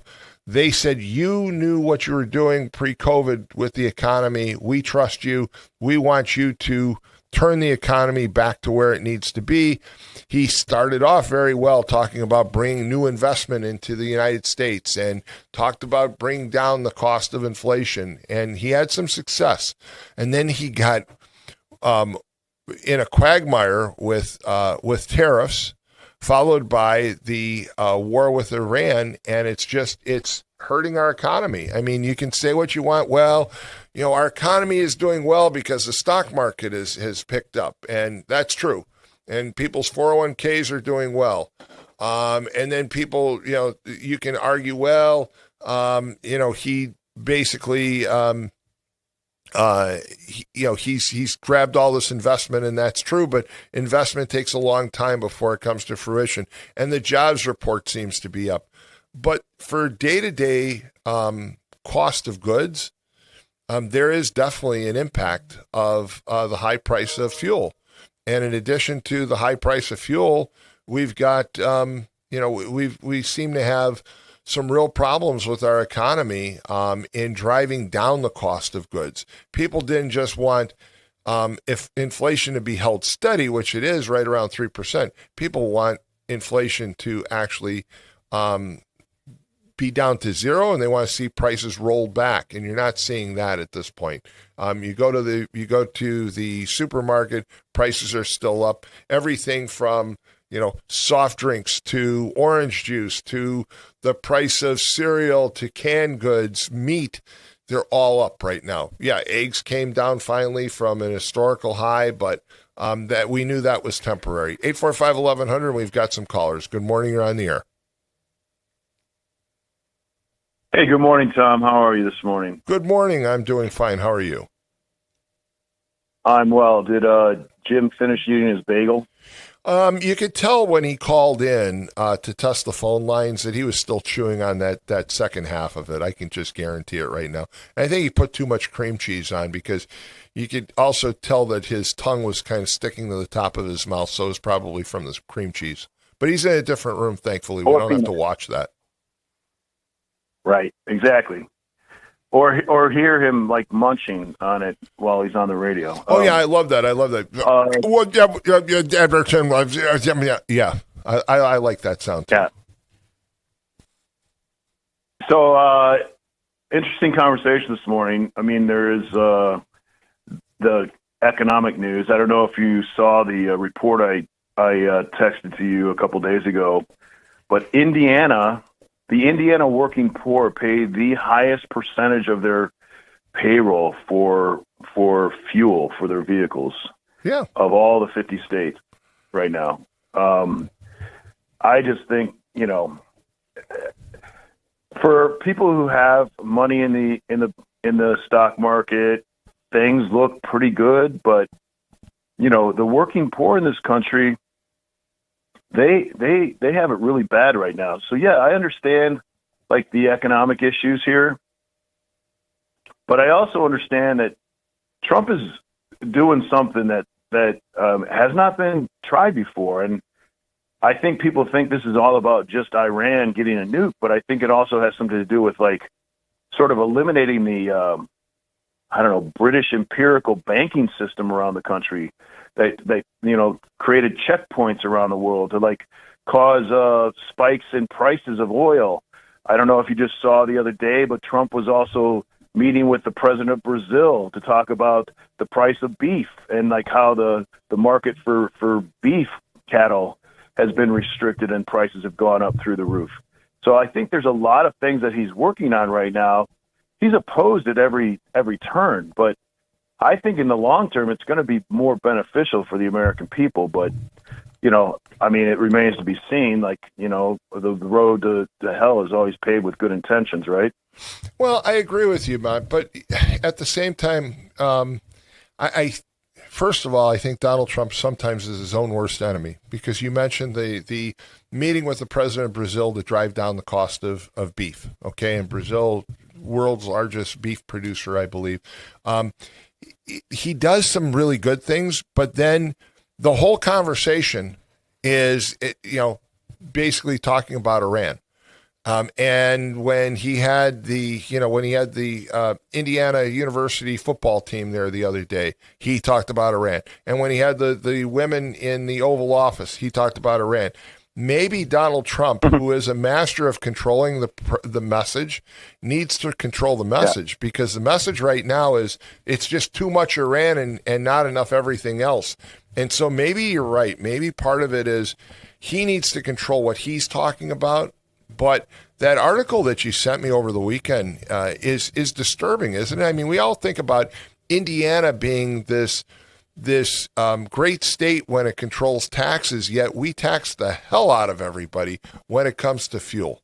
We're number 5 in the nation. Number 4 is Illinois. I mean, do you really want to be 1 cent lower than the state of Illinois when it comes to taxes on anything? That brings up a thought that I've had since last week's election too, Tom. Everyone's like attributing the loss of the 6 senators or the 7 senators that, lost their incumbencies to Trump's political campaigns against them. And that may have something to do with it. But, I've heard on these airways for the last 6 months how expensive people's NIPSCO bills have been. And that can be directly attributed to some of those senators as well. So maybe that had a part in it, in their losses as well. Totally agree. I think there are a lot of things that played into that election. Look, first off, the recent election was largely on party lines. You didn't have a lot of people that showed up to vote, and if they did, they were pretty much party loyalists. So the Republicans and the Democrats had their base, and that was about all that showed up. And I think it'll be different in the fall. But for the spring election, it was largely, a Democratic primary and a Republican primary, with not a lot of independents choosing to declare either party. But in the case of those senators, I think people are frustrated by the utility rates. I think they're frustrated by a lot of things, and the Indiana General Assembly seems to be out of tune with the average voter these days. So I agree with you. I think it definitely was an impact. Hey, I'll leave you with one last thing. Jim said earlier today that he's on the cutting edge of the frontier and he's a pioneer. And it reminded me of a often spouted quote that we talked about in the startup community. And that's that the second mouse usually gets the cheese. Well, I'll tell you what, look, I just got a text here. I just got a text from Paul Goddard, and this is about the fact that Amazon is actually going to be testing drone deliveries in the Chicago area now. They're going to be testing, the service area is going to include Tinley Park, Homewood, and Flossmoor. You'll be surprised that Walmart is testing drone delivery as well. To me, I'm not exactly sure where, but You know what? I think What was that? I think it's again, to me, I think it's great that technology is moving forward.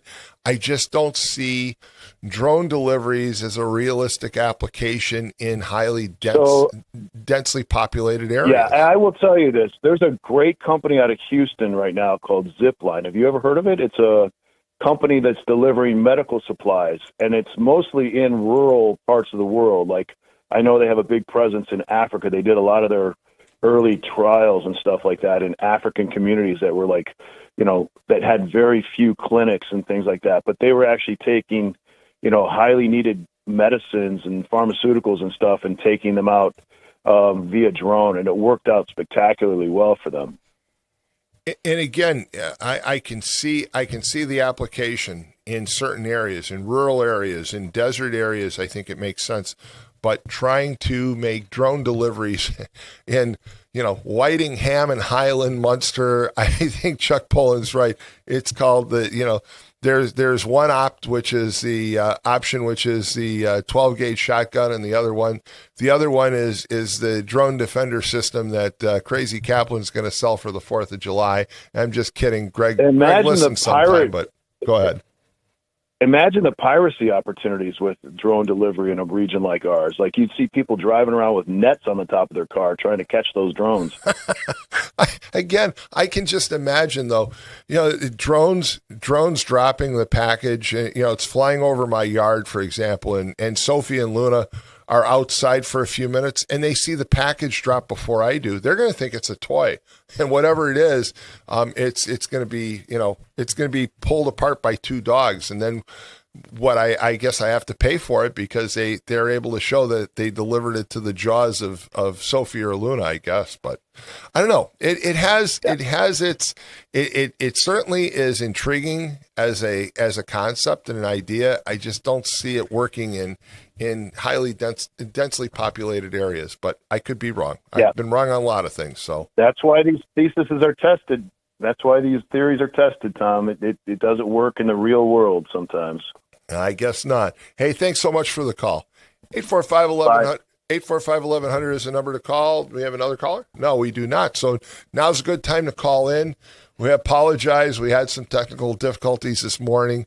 I want to go back to the comment that the one gentleman was making. He talked about, I think, a report on WGN, and he said it kind of reminded him this morning of the claims that were made by George W. Bush about Iraq and the weapon of mass destruction, and that there were no weapons of mass destruction in Iraq. I think the situation with Iran is slightly different. It's been proven that Iran has at least intermediate ballistic missiles. They have a range that was far larger than anyone had thought when they launched their missiles at Diego Garcia in the Indian Ocean some weeks back at the beginning of the Iran war. Those were missiles that could have reached London, could have reached France and Spain, and a number of areas of Western Europe. So their range was far longer than we thought it was. And we do know that they have 100 ounces of enriched uranium at the 60% level, which is way beyond what they need to power nuclear reactors. So Iran's system and program was far more advanced than I think most people even thought it was. But at the same time, Iran has now admitted that 100 ounces of uranium dust is basically buried from Operation Midnight Hammer when we sent the B-2 bombers in. They can't get it out. It has to be dug up. So they've actually even taunted the United States and said, you go dig it out. I mean, it's a couple hundred feet under the ground. I realize at some point it's got to be excavated and it's got to be claimed by a source outside of Iran. But I would hope that we could do it through peaceful means rather than just go in and try and take it ourselves like the Prime Minister of Israel suggested the other day. I think that's absolutely ridiculous. I think it's got to be through some sort of a peace agreement for us to go in there and excavate the uranium. Trying to go in there as a military operation, basically, imagine the fact that we would have to have thousands and thousands of Marines and Army infantry on the ground to protect those guys that were trying to dig out these underground bunkers where the uranium is. So I think you have to do it in cooperation with Iran. Otherwise, you're just sitting ducks and they're going to be shooting at you day and night. But at the same time, while the situation isn't quite the same as Iran, I think what the caller had a very valid point that it does remind me of Iraq because, again, it's just this nonstop message from the President of the United States, Donald Trump, about Iran, and was kind of the same situation with George W. Bush. All Bush talked about was the weapons of mass destruction in Iraq.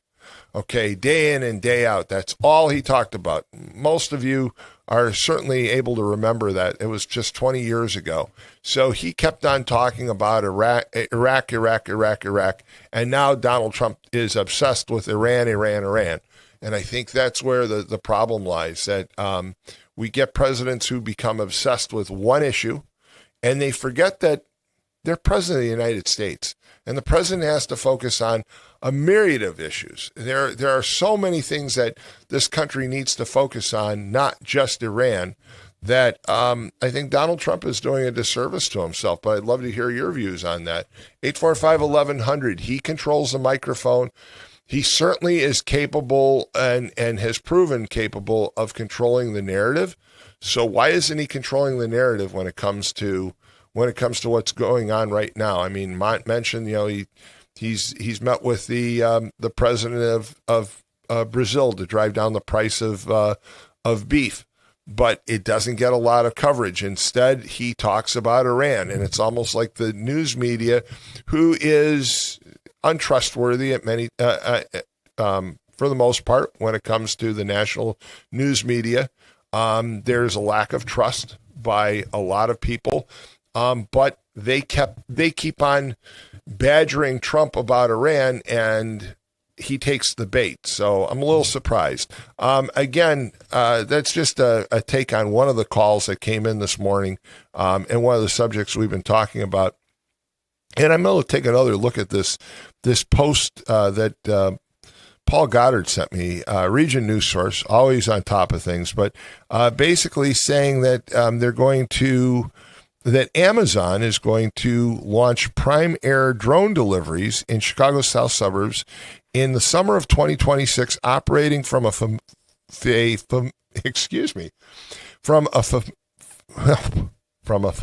center. Did I say it right? Finally, I think so. Fulfillment center. I don't know.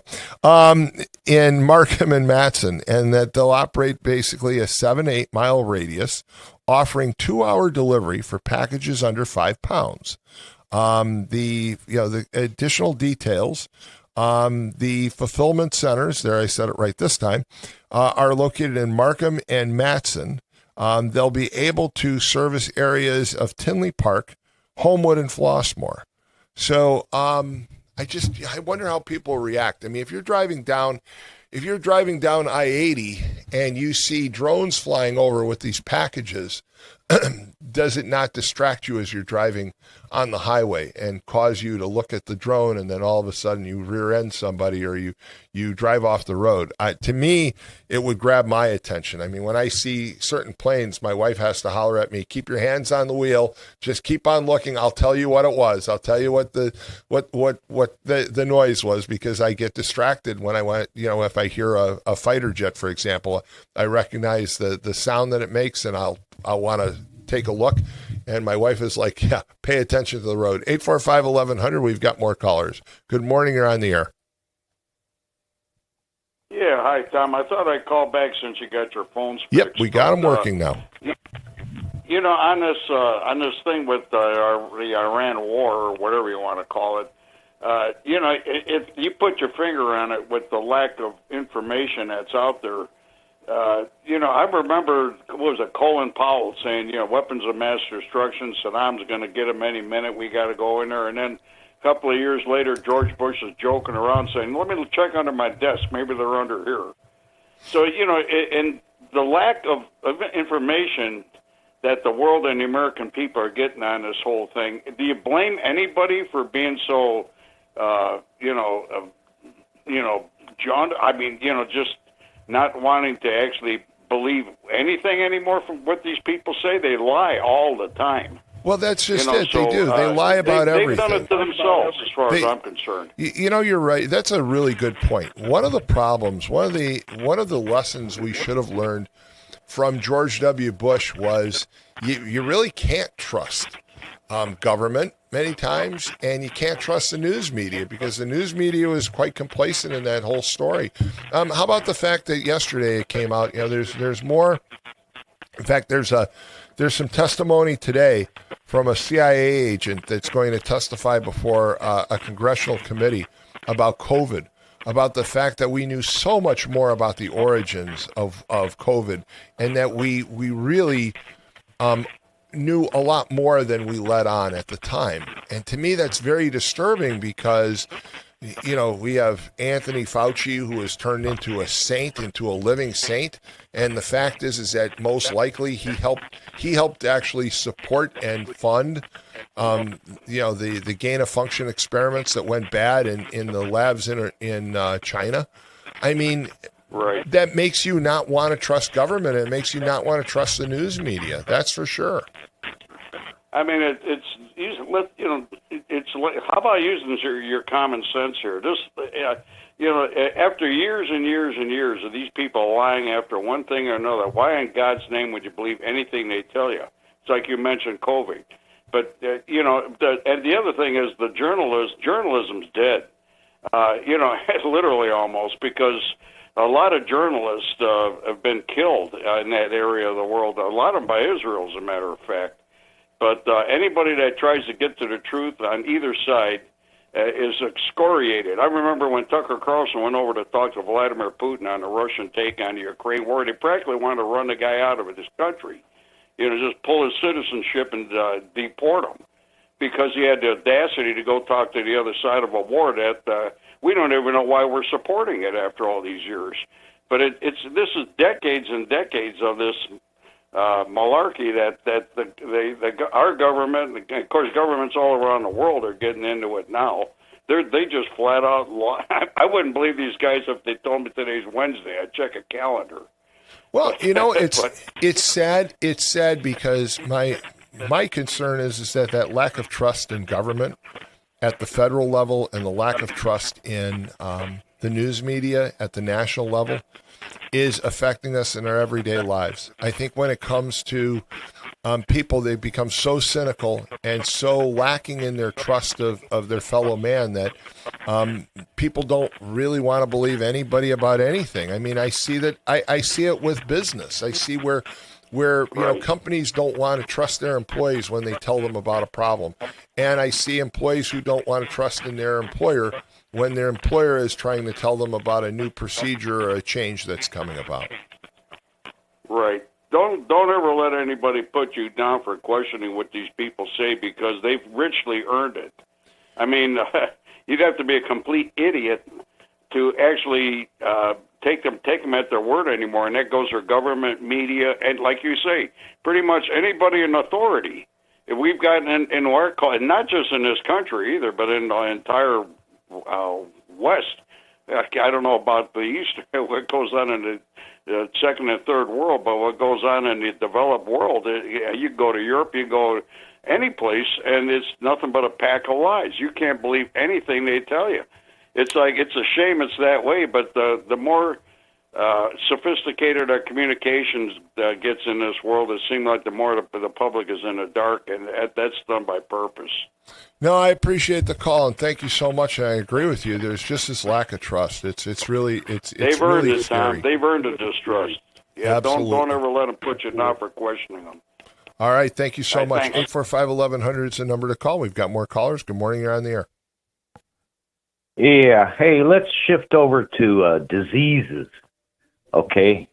Enough with the drones and the uranium and all that garbage. We had the COVID situation come on. Maybe Brad Gimbel could, with his technology and knowledge of everything, everything, what the government's doing. But, we had that COVID deal come on, and it was just plastered. But now with this ship that come out of Argentina and the rat droppings, and they got you. If you notice, you watch the media, they're not exploding about the people that are contained it now for the disease. 3 people died, and all the others are in Nebraska. Nebraska, and then some are in Illinois and other states. But the media has not really kind of blew up on that because they know, somebody opened their mouth right away and says, this disease, this virus is not extremely bad. It's been around years. Right. They know they it. do know about this And, virus. This isn't a new virus is the problem. This is a virus that has been around for many years. And so it's not something that basically came out of a lab that they didn't know how to handle.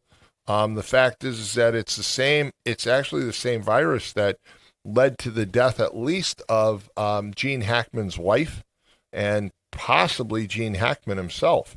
So it's been known for some time, and they know that it's not as spreadable as some other viruses that have existed. So they do know quite a bit about it. When they quarantined that ship, all of a sudden I thought, oh, here we go again, and then the media didn't like it because of simple reason. We can't really get the public stirred up and rowdied up about this disease and start shutting down businesses and people stay away from people, and see a rat dropping, don't go near it. It's a little different, Mike, and I appreciate what you're saying, but the hantavirus has been around. It's been identified for decades. They know how to treat the hantavirus, and it's also not as contagious as other viruses. So it basically there's some real differences. They know how to treat it. They know how to how to handle it.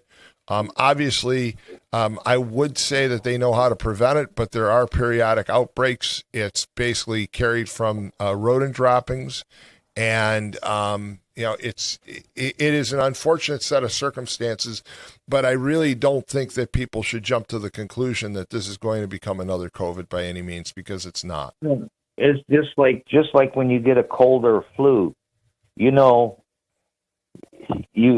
get close to somebody. Like if I get too close to my wife and I got a cold or flu, boom, it's going to go to her. And then, it always happens when me and her, she gets sick, all of a sudden the flu or cold, I get it because we're around each other. But it's one of these that, it's always there, the cold, the flus, and all this wonderful stuff, and then, like if you go to a restaurant, like I've ate at this restaurant many times. I come home about a day later that night, started getting, my stomach was upset and I started getting diarrhea. And it's because sometimes maybe the restaurant doesn't clean their plates and all their stuff good enough. But, the thing is, now everybody's being careful before it's trying to explode everything into this, to put a panic into us. Yeah, I agree. I think people, however, are always fascinated when you hear these stories. I mean, this is a unique situation. How the hantavirus, what caused? People are curious. What caused the outbreak on the ship? What precautions were missed? I think you can learn from those kinds of things. But as far as I wouldn't be too concerned about getting hantavirus at this point, because they do know how to treat it and they know how to prevent it. And the thing is, some of the media right now put it kind of nice and calmly about it, that they do have it under control. They know how to control it, and it's not going to get, boom, out of control, I mean, CDC just came, it did a good thing right away, contained it right there at that point. So, and then now, they trace it. But I'm going to let you go because you got your show and all that stuff. But I won't call anymore. But I just wanted to talk about that. I appreciate you calling, and I do want to mention again to you and everybody else that's listening that we have the 100 Club of Illinois coming up live in the studio when we return from the break. So thanks, Mike. Thanks for the call. I'll tell you what, let's give just a quick update on traffic, if you don't mind, Lynette, before we go to break. Looking at Klein Avenue, which has been a bit of a problem this morning, there is some road construction and some road work going on Klein Avenue. And because of that, it appears that it's causing some real headaches for some drivers going northbound this morning. There is now another accident somewhere just south of 15th. And so you need to be careful because the traffic is now backing up back to 8094. Otherwise, the roads in Northwest Indiana, 8094 itself, I-65, the toll road are all in pretty good shape. Not the case with Klein Avenue. You go across the line into Illinois, and it's pretty decent this morning on the Bishop Ford. Once you get past the merge with I-57, you get into the Ryan. Well, you've got a parking lot going all the way into downtown. Not a surprise. And the Stevenson has been a parking lot all morning, as well as the Eisenhower and the Kennedy. 294, pocket congestion throughout. So you're going to have a slow time getting around the city this morning.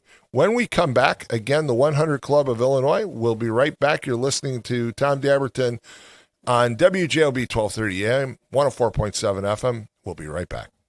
Are you searching for a college where you belong? Calumet College of St. Joseph wants to know you and give you the support you need to succeed. Are you worried about how you'll pay for your degree? 95% of our students receive financial aid, including scholarships and grants. Need some extra help with your classes? You'll benefit from our small class sizes, free tutoring, internship planning, faculty mentors, and so much more. Come experience our accepting, supportive college family for yourself. Schedule your campus visit and apply at ccsj.edu. Enjoy the taste of summer at the Farmers Market at Fox Point. Every Tuesday from 9 to 1, shop locally grown fresh produce, delicious baked goods, artisanal treats, and local culinary creations. Just minutes from I-8094, the Farmers Market at Fox Point in Lansing, Illinois is a perfect spot to hear acoustic musicians, stretch with morning yoga, and enjoy community fun throughout the season. To see all vendors and entertainment, visit foxpoint.org. That's point with an E, foxpoint.org. It's the simplest expression. The smallest thing that changes everything. A smile. So easy. A smile lights it up. Apologizes. And welcomes unconditionally. Because the shortest distance between two people is a smile. Thank you. Strachan Van Til, where making life easier starts with a smile. I'm a victim of being ran over by a semi while I was flagging. The person wasn't paying attention and they hit me with their vehicle. I seen a accident where we were the first people to walk up, and that picture will never leave my mind. I've seen people get hit before. It's been horrible. Construction zones on roadways and bridges are more than just cones and equipment. They're the workplace for thousands of dedicated union laborers. Everybody has a family that they need to get back home to, so please just pay attention to us out here while we're working. We all have family, and I know it's a pain in the ass, but we're trying to make the roads better for y'all. We're doing this for everyone. We're hardworking Hoosiers, just like you, and we all want to make it home safely. People would just take a couple seconds to pay attention. Be aware where we're at, where the cone zones are at. We're all in this together, and we're all just trying to be safe. This is Brian Short, Business Manager for the Indiana Laborers District Council. Everyone deserves a safe place to work. Do your part in the cone zone. Slow down, save a life. We're all in this together. A message from Laborers International Union of North America and affiliated locals.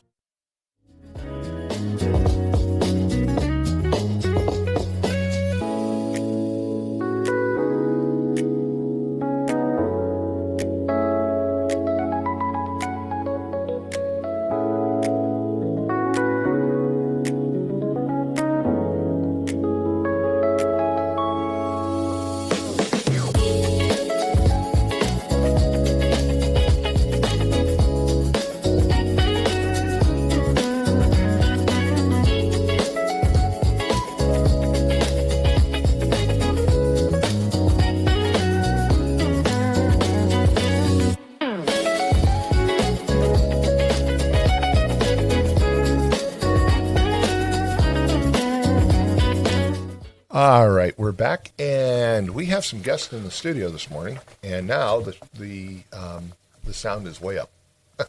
So you need to drop it just a little bit because I think otherwise we're going to have like 3 people running for the door. There we go. We will take your calls, 845-1100, but we're with the 100 Club of Lake and Porter Counties. Again, the 100 Club exists to support families of first responders who've been lost in the line of duty, to honor the legacies of the fallen and support the needs of active duty first responders. And I've talked many times about my own experience and connection to first responders. I've negotiated a number of police contracts in Northwest Indiana. I've been involved with the 911 consolidation. And, my belief is I've got a lot of friends that are police officers and firefighters. And folks, it's the first role of government to provide safety and security, and that's through police and fire. So what the 100 Club does is a great service to Northwest Indiana. And I'm going to let them introduce themselves. So why don't we start out with you, Dave? Good morning, Tom. This is my name's Dave Caleri. I was a retired detective with Highland, Indiana Police Department. I'm currently the security director at Powers Health Community Hospital. Did you know Jim Mesterharm? I absolutely do. Well, we have to talk about I worked with Jim many years ago. In fact, he was my corporal when I was working the road. I'll be darned. Oh, my gosh. I have to talk to you off the air about Jim. Okay. All right. And then next? Hi, I'm Gina Poulos. I work at Wintrust, Indiana, and I am the secretary-treasurer for the 100 Club of Lake and Porter County. And, of course, you know my good friend Gil Reinberg. I sure do. I work with Gil every day. There you go. And next? Hi, good morning. I'm Bob Bird. I'm a former Lake County, Indiana Sheriff's Department police officer. I retired as chief of police for the Northern Indiana Commuter Transportation District, the transit police for the South Shore, and now I'm the chief in Winfield. All right, very good. And our paths crossed before as well when you were over at NICD. So yes. Excellent. Well, it's great to have all of you here. So tell us about the 100 Club and tell us why you're here this morning. Okay, the concept for the 100 Club was born in Detroit back in 1952 following the fatal shooting of a young Detroit police officer, a gentleman by the name of William Packer. He was the largest Pontiac dealer in the country and was friends with the Detroit Police Commissioner. He wrote 100 of his friends an invitation to a dinner at the downtown Ritz-Carlton with the intent to raise some money for the expectant wife of the deceased police officer. At that dinner, he asked the attendees to donate $100 towards that widow. And he got 100% compliance. That was $100,000. They took that money, they paid the mortgage off for the home, the newly purchased home, and paid some outstanding bills, set up a education account for the yet unborn child of the deceased police officer, and also deposited $7,000 into an account for the widow. To give you an idea, $100,000 in 1952, in today's, the value of that would be about $1.2 million. So it was a considerable amount of money that was donated to that family. And that concept, the 100 Club concept, was born out of that. There's probably over 100 clubs around the country, and specifically the 100 Club of Lake and Porter County. Gene Guernsey, who was the clerk treasurer back in 2017, 2018, he had the idea of forming a 100 Club here in Lake and Porter County.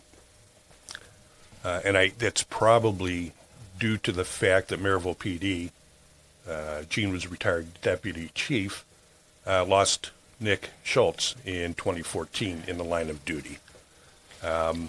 Gene got some of his like-minded people together. John Lowenstein had a CPA business in Maryville. Jen Dauphin was a VP over at Centier in Maryville.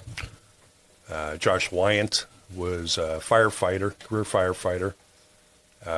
Mike Deppie was retired, was a former police officer. He was an attorney. He brought those people together with the idea of forming the club that we presently serve for. I read an article in the newspaper back in, it was either late 2017 or 2018, about Gene wanting to form this club. And being a retired police officer from Highland, I was active in the Fraternal Order of Police during my career. And I had chiefs that supported sending officers to the ceremonies for fallen officers here in Indiana and close by in Illinois.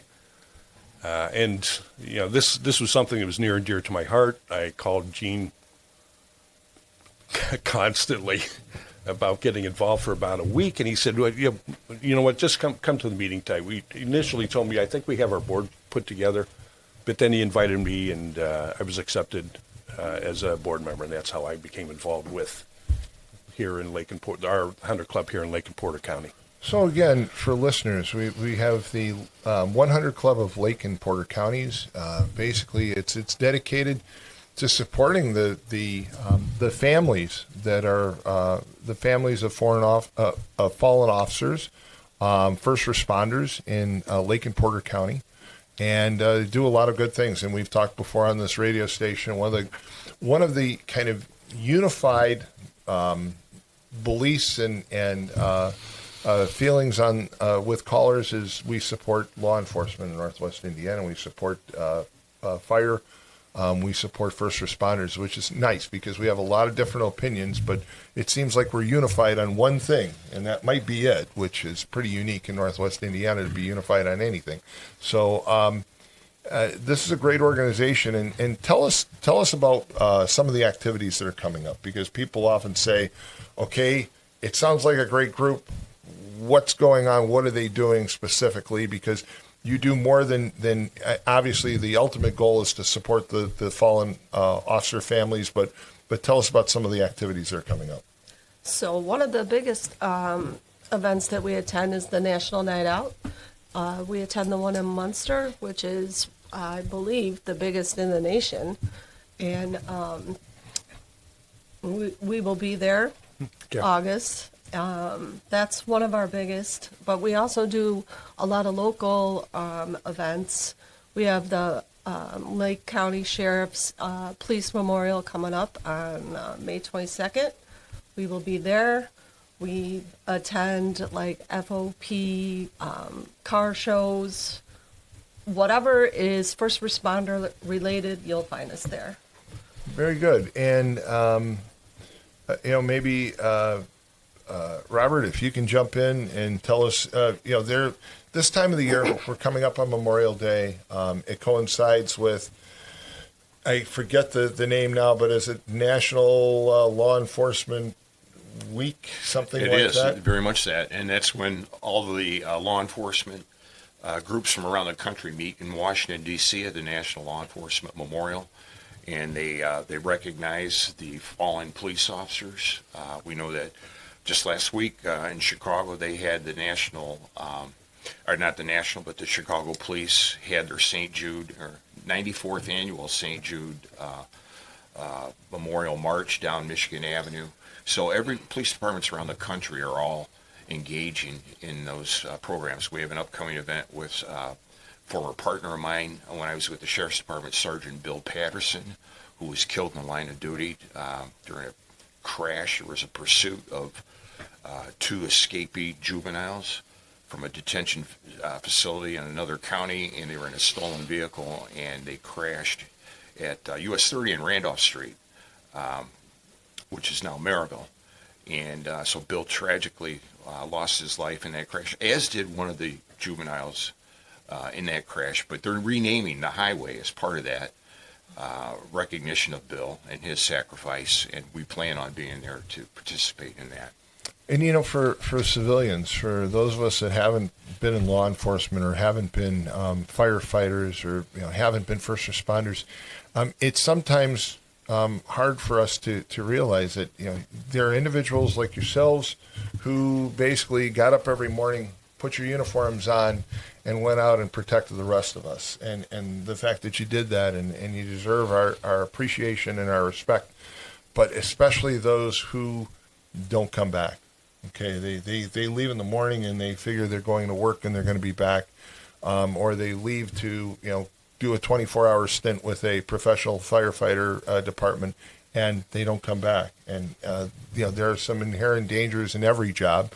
I suppose there's some dangers in this job, even coming in for Lynette and I having to deal with the technology, but it doesn't put our lives at risk. And you're talking about people who ultimately are willing to put their lives on the line for everyone else, and that, I think people understand it, but it's often forgotten. And then you have the needless tragedy, the loss of life last week in Chicago with one of the police officers in his funeral, and you see the video on television, and at least for me, it just makes me stop and appreciate the fact that there are individuals who are willing to make that sacrifice.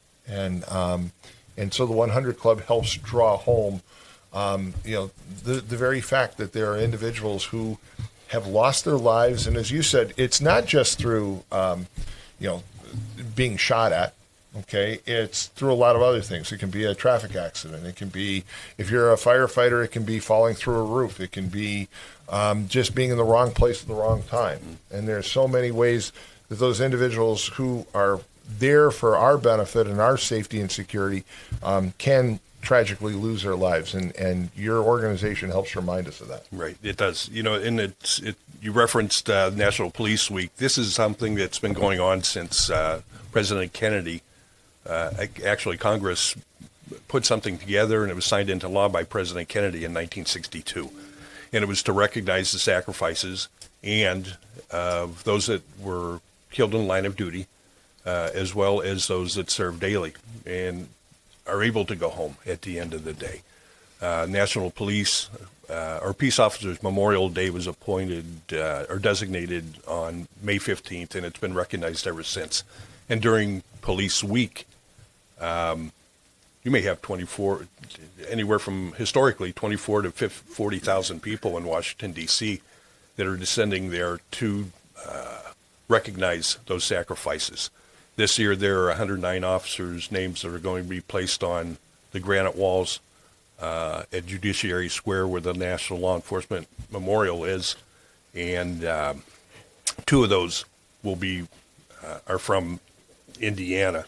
It's Corporal Blake Reynolds from Delaware County Sheriff's Department and Reserve Deputy Sheriff Joe Stahl from Jefferson County. So fortunately, we have not had anybody here in Porter County this last year.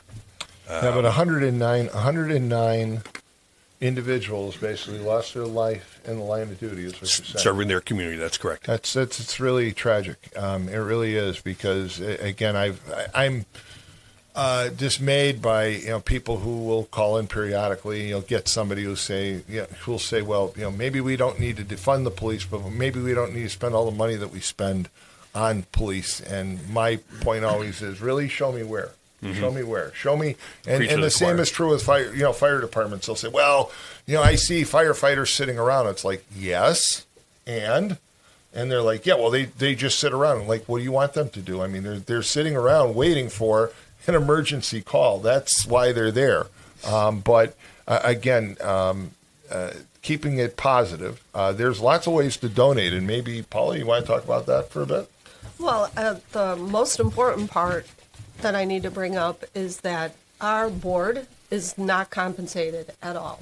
We are strictly volunteers.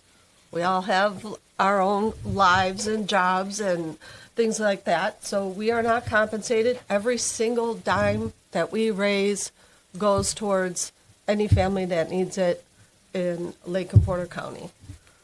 Yeah, and but there's also some sponsorship opportunities. Yes. So there's individual membership, corporate partner, and there's you've got a lot of great partners on your flyer here.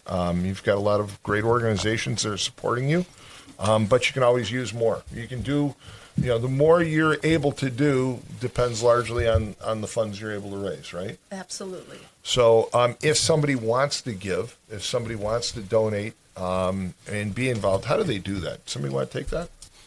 Sure. We have a website, huntercluboflakeandporter.org. You can check us out there. We have Facebook. We have LinkedIn. We are on Instagram.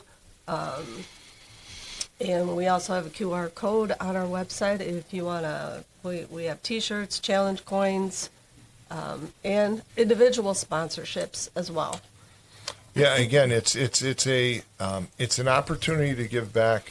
I've said this many times before.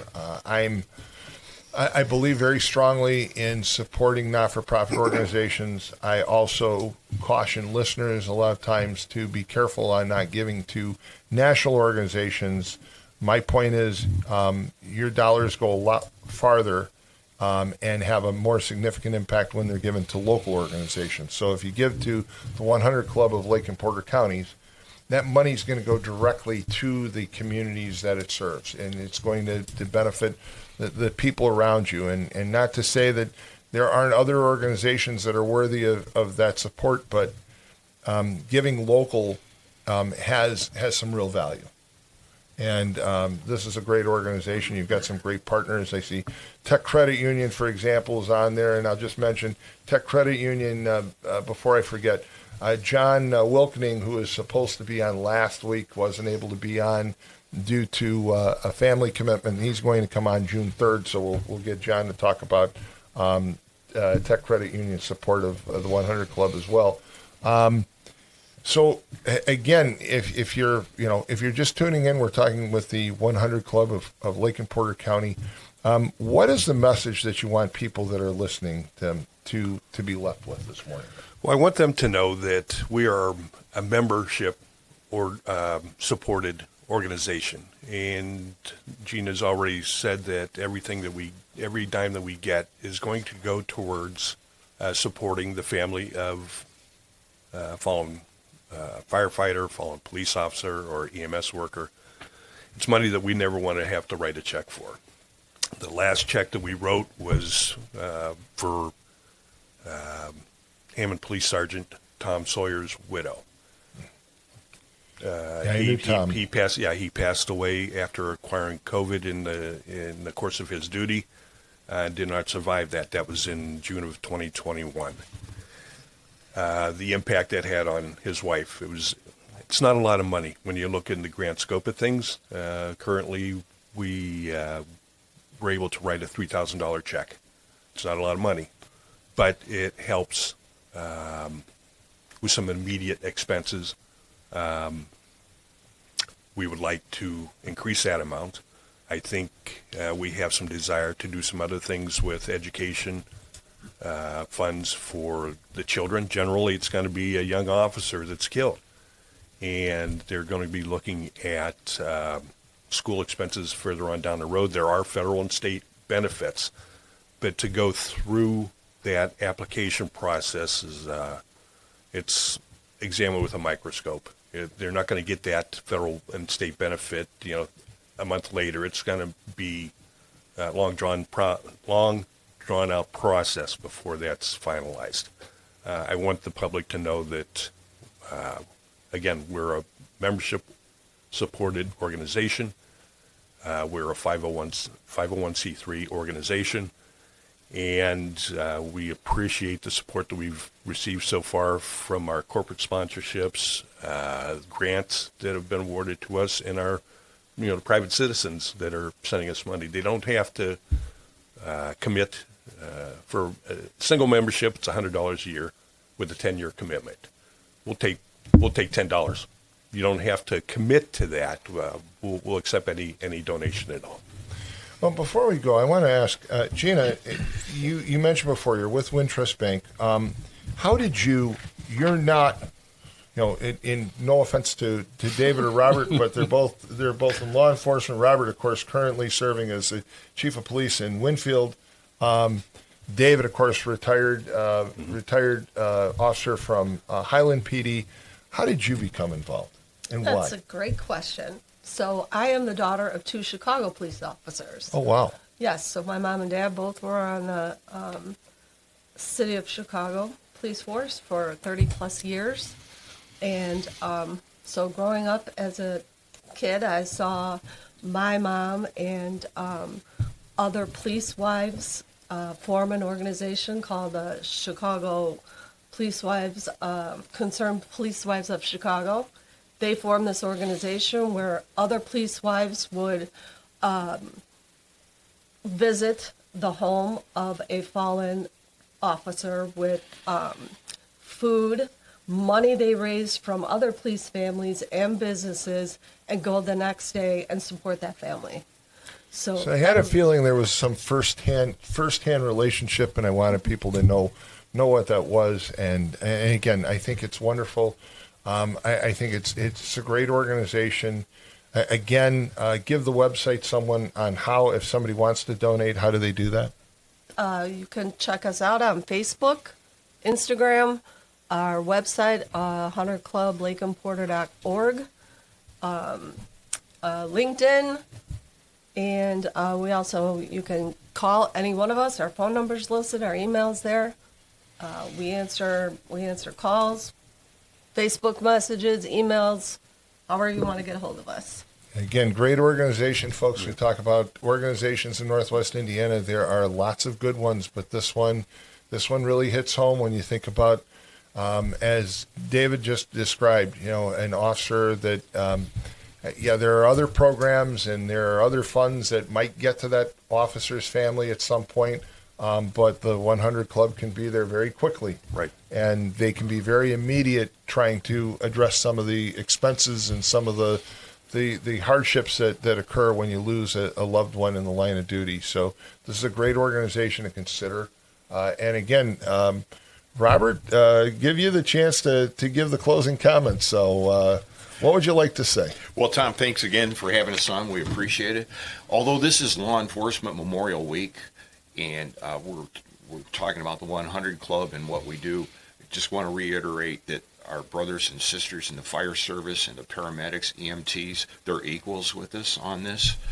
They work so hard, and they make the same sacrifices that they do in law enforcement. So we appreciate our partnership with them, both the career and volunteer firefighters. Well, I appreciate you mentioning that, because I know Mike Hall, who's the president of Firefighters 556, is probably listening right now saying, hey, don't forget us, and rightly Absolutely so. Not. Yeah. Firefighters, whether it's Hammond or Crown Point or any other department in Northwest Indiana, again, they also suffer those same tragedies and those same losses, and so the organization serves all of them. And you mentioned paramedics and all first responders, and it's great that just a great mission of what you do, and we appreciate you taking the time to come in this morning and be on the air with us and talk about your organization. I'll keep this flyer because it does have the website, and I'll bring that up not only yet today, but I'll bring it up next week as well, so that we can continue to drive home the message of how you can support first responders in Northwest Indiana. I'd like to yes. actually add one more thing that Sure. I completely forgot about. We are looking for board members. We need a presence in Porter County. So if any of your listeners are out there that this strikes home to them, we would love to hear from you if you'd like to serve in a voluntary capacity from the Porter County side of the house. Please call us. Again, great organization to be involved. So they want your support financially, but they also need your support physically as members and as board members. So reach out to the organization. Again, the 100 Club of Lake and Porter Counties, great organization. With that, we're going to take a quick break. You're listening to The Morning Call with Tom Dabertin on WJOB 1230 AM, 104.7 FM, and we'll be right back. Planting a tree, installing a fence, whether your project is big or small, NIPSCO reminds you to know what's below and contact 811 at least 2 full business days before doing any digging so that utility companies can mark the location of their underground lines. Contacting 811 is free and it's the law. Avoid possible penalties, costly repairs, or injuries. DIY or a pro, safety is in your hands. Every dig, every time.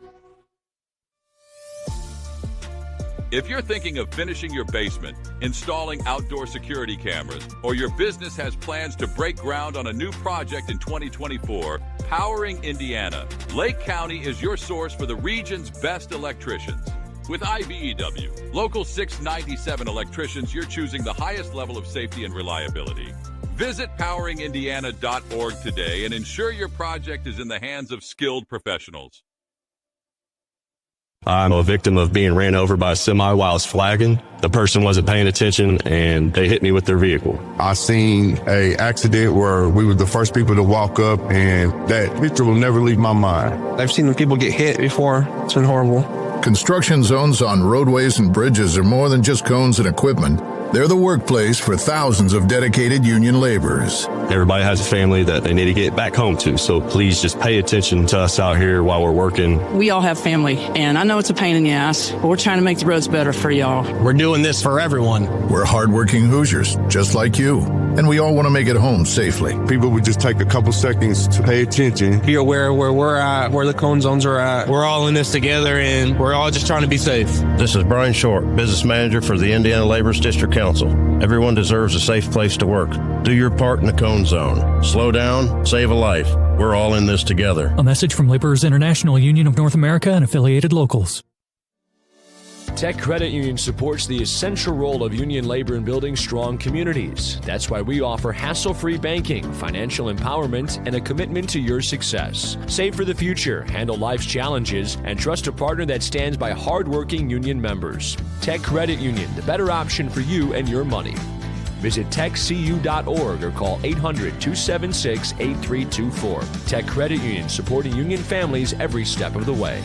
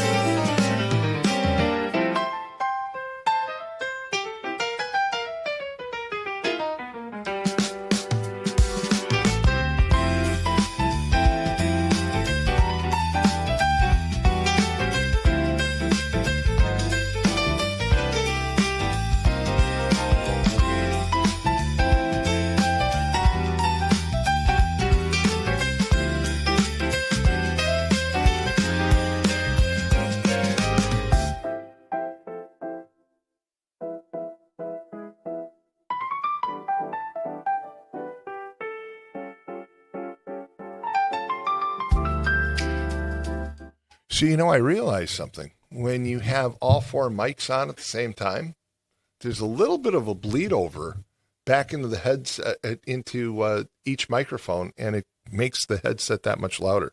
That's why I gave you the signal about lowering the sound.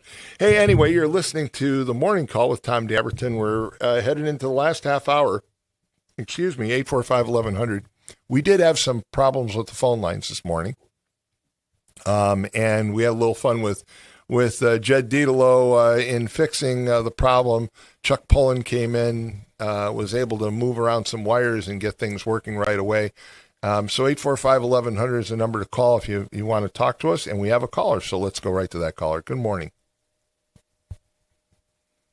Listening to the program you had just the 100 previously Club? About yep.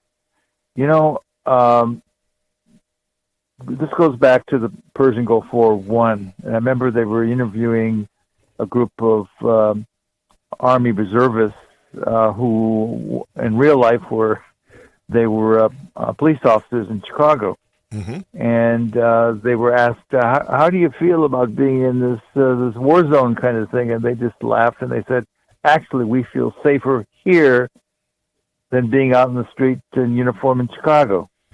And that says a lot. And I mean, my impression, because I read the 4 newspapers a day at least, and the criminal element has become much more brazen. Well, and let me just interrupt you for a second and mention that that murders in Chicago are on the rise, up 39% for the first quarter of this year, up 8.5% for the month of April. You had, Officer Bartholomew just lose his life in Chicago. And, as much of an economic engine and, the social economic impact of the city of Chicago is great for Northwest Indiana, but I sure don't want their crime here. And I have great respect for people like Robert Byrd, who's still serving Northwest Indiana in law enforcement, and David, of course, Galeri, who was an officer and is now retired. This area basically largely has avoided the rash of murders and the rash of crime that goes on in Illinois for a lot of reasons, and the main reason are those police officers that you see driving around in squad cars day in and day out.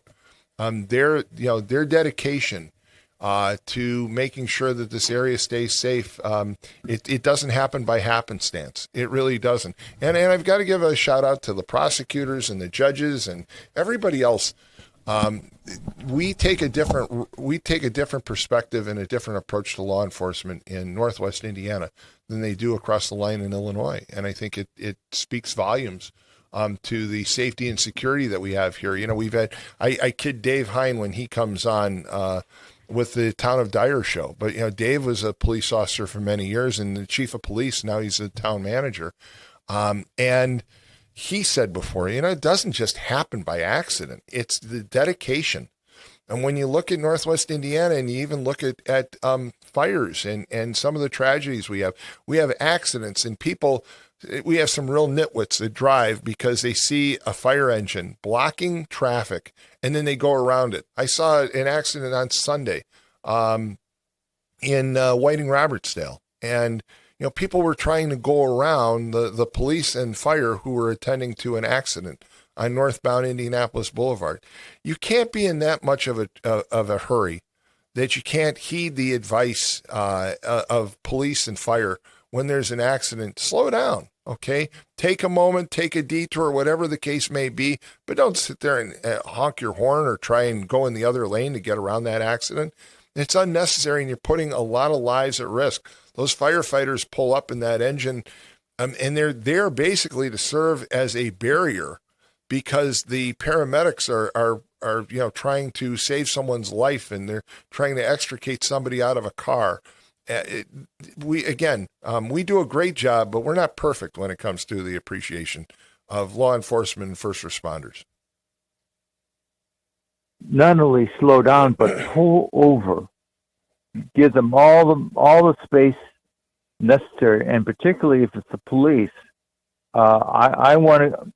You never know what the cops are suddenly faced with, given the brazenness of the violence of the criminal element in this society. Now, we have it better here than Illinois. I think the police generally enjoy greater respect and support in Northwest Indiana than they do in Chicago, type thing.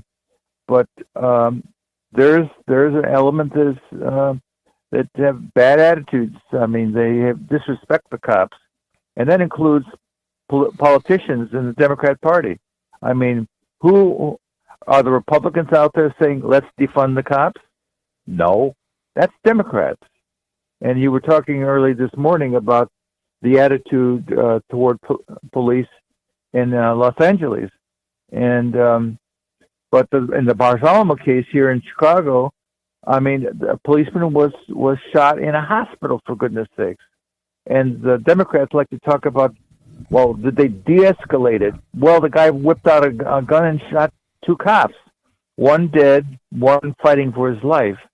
And they, you know, when you have predator criminals who have so utter contempt for innocent life, the cops show up in a situation and they're not even out of the car, and the criminal element is taking pot shots at them. Yeah. Or how about being just a civilian? Some of the incidents we've had recently were one of these Uber drivers kind of thing was driving a customer, and they pulled up beside him and started shooting, killed the 38-year-old young guy and so forth.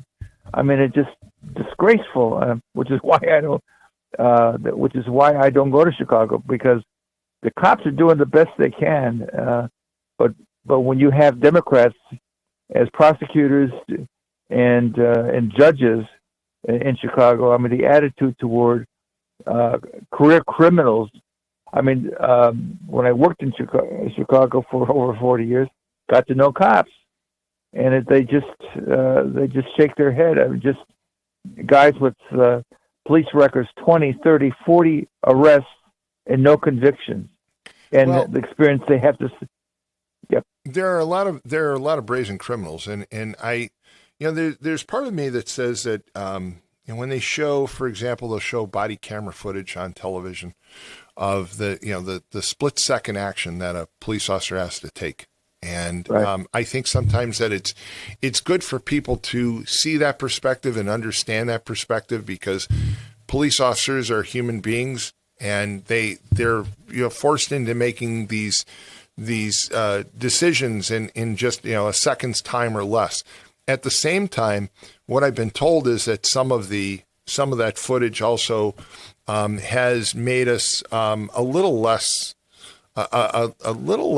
frightened, if you will, about the consequences of crime. You see these individuals doing these things, and is it basically also causing us to not appreciate the idea of abiding by the law? There are a lot of people who say that the more footage and the more information that's out there, sometimes it causes criminals to be more brazen. I don't totally understand that. I don't totally agree with the belief, but I understand too that there's a part of the population that watches a video like that and says, "Oh my God, this should never happen, and I would never do that." And then there's a certain element of the population that watches it and says, "Oh yeah, I know how I could get around that." And that's the problem that you have to worry about in today's society.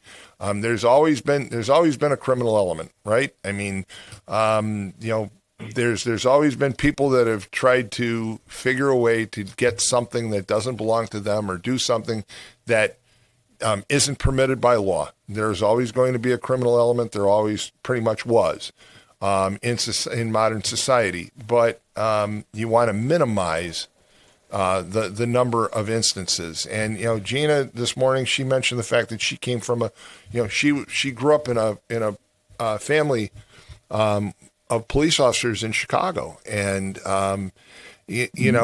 for her, it probably a different perspective.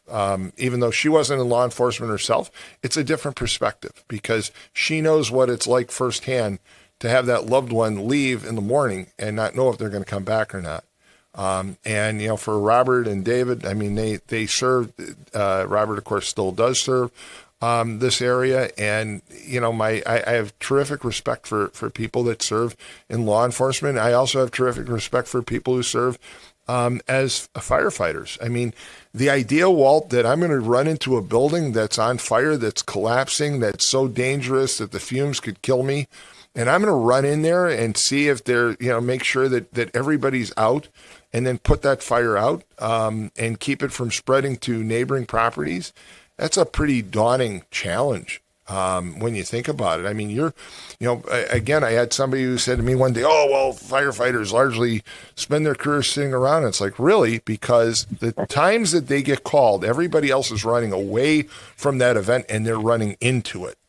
And I don't think we have enough appreciation for police and fire and first responders. I really don't. I think we do a decent job in Northwest Indiana. I think we do a lot better, and I love the fact that the 100 Club exists because it helps draw home that appreciation. Hey, we've got some more callers, so I'm going to move on. Good morning. You're on the air. Yeah, Tom, this is Rick. Yes, Rick. A couple things. The thing with the drones, I like technology, but not when it replaces human beings and their jobs.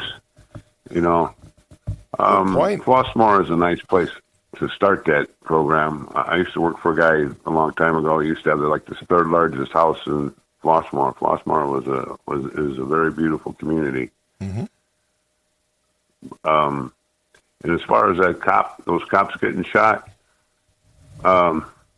personally, I don't think they checked the guy. The guy was running around naked. Who wants to, search a naked man? I couldn't possibly. I mean, I'm fat as hell, and I couldn't put my gun under my gut and be walking around without it falling out. So something happened there. Well, and they lost their lives. The tragedy is the loss of lives. Okay, the tragedy is the fact that we, and again, I've had police officer friends of mine who say, Tom, those videos on TV, for a lot of people, they hit home, and you and I watch it, and Rick, you say, oh my God, how could that happen? That's horrible, right? And you're disturbed by the tragedy. But there's a certain element that watches those videos, and they almost view it as like how to. Oh, yeah, I could have done this and I could have done that. And you don't want to give people any ideas, because one thing about this society is we have a certain element that has total disregard for the law, total disregard for people in authority, and they want to basically prove that they can get away with something, and that's scary. It really is. Yeah, YouTube and TikTok. It's like how to. How to destroy something, how to do bad. And the same thing with the drones. When you put them drones in Chicago, you don't think them little thuggies are going to be out there with their guns and, shooting them damn thing down and then stealing the package. They do the same thing in Riverdale. They go into the railroad yards and they cut the seal on the boxcars and they steal stuff out of them. Society is turning to crap, and we got to do something about it. Well, when it comes to the drones, again, I almost see a comical side, because I see these drones flying, in my mind, this idea that these drones are going to be flying around, and, do they become so commonplace that they start crashing into each other? Do they drop the package in the wrong yard? Again, my thought of my dogs, as playful as they are, if somebody drops a package in the yard, they're probably going to think, wow, this is for them. They're probably going to be playing tug of war and ripping it apart. And, we'll find out later what the contents were. I think there's some challenges when it comes to the idea of drones. Do I want to hear that little buzzing noise in the middle of the night, delivering the package? I don't know. I'm amazed and impressed by technology. I'm a little fearful at times of technology. And when it comes to drones, I just see it as like this giant accident waiting to happen, where I'm going to walk out one morning, I'm going to find drone parts all over my yard because my neighbors got deliveries and I got a delivery at the same time, and they all crashed. And, with my luck, the parts of the drone will be on my lawn, and all the packages will be on the neighbor's lawn. They'll get the packages. Like I said, though, to me, the number one thing is this technology, is to get rid of the worker and push them to the wayside. You don't have to pay a drone, a pension. Yeah, again, it's true. It's going to save money. It's going to make deliveries cheaper. For the company that's delivering them, is it going to bring down prices? I doubt it. I don't think that it'll cause prices to drop. I think it'll basically increase margins, but I don't see it being passed on to us. I really don't. So I agree with you. Good show. Hey, thanks so much for the call. Sorry about the problems earlier this morning. 845-1100 is the number to call, and we've got more callers. Good morning. You're on the air. Good morning, Tom. Good morning. So let's go way back in the Wayback Machine. To about 93, 94. Clinton meant well with the Community Restoration Act. Everybody needs to own a home. So right under Obama, who I voted for, I kind of thought he did a good job. He was tangled up in all the banks bankrupting because of the Community Restoration Act that Clinton made.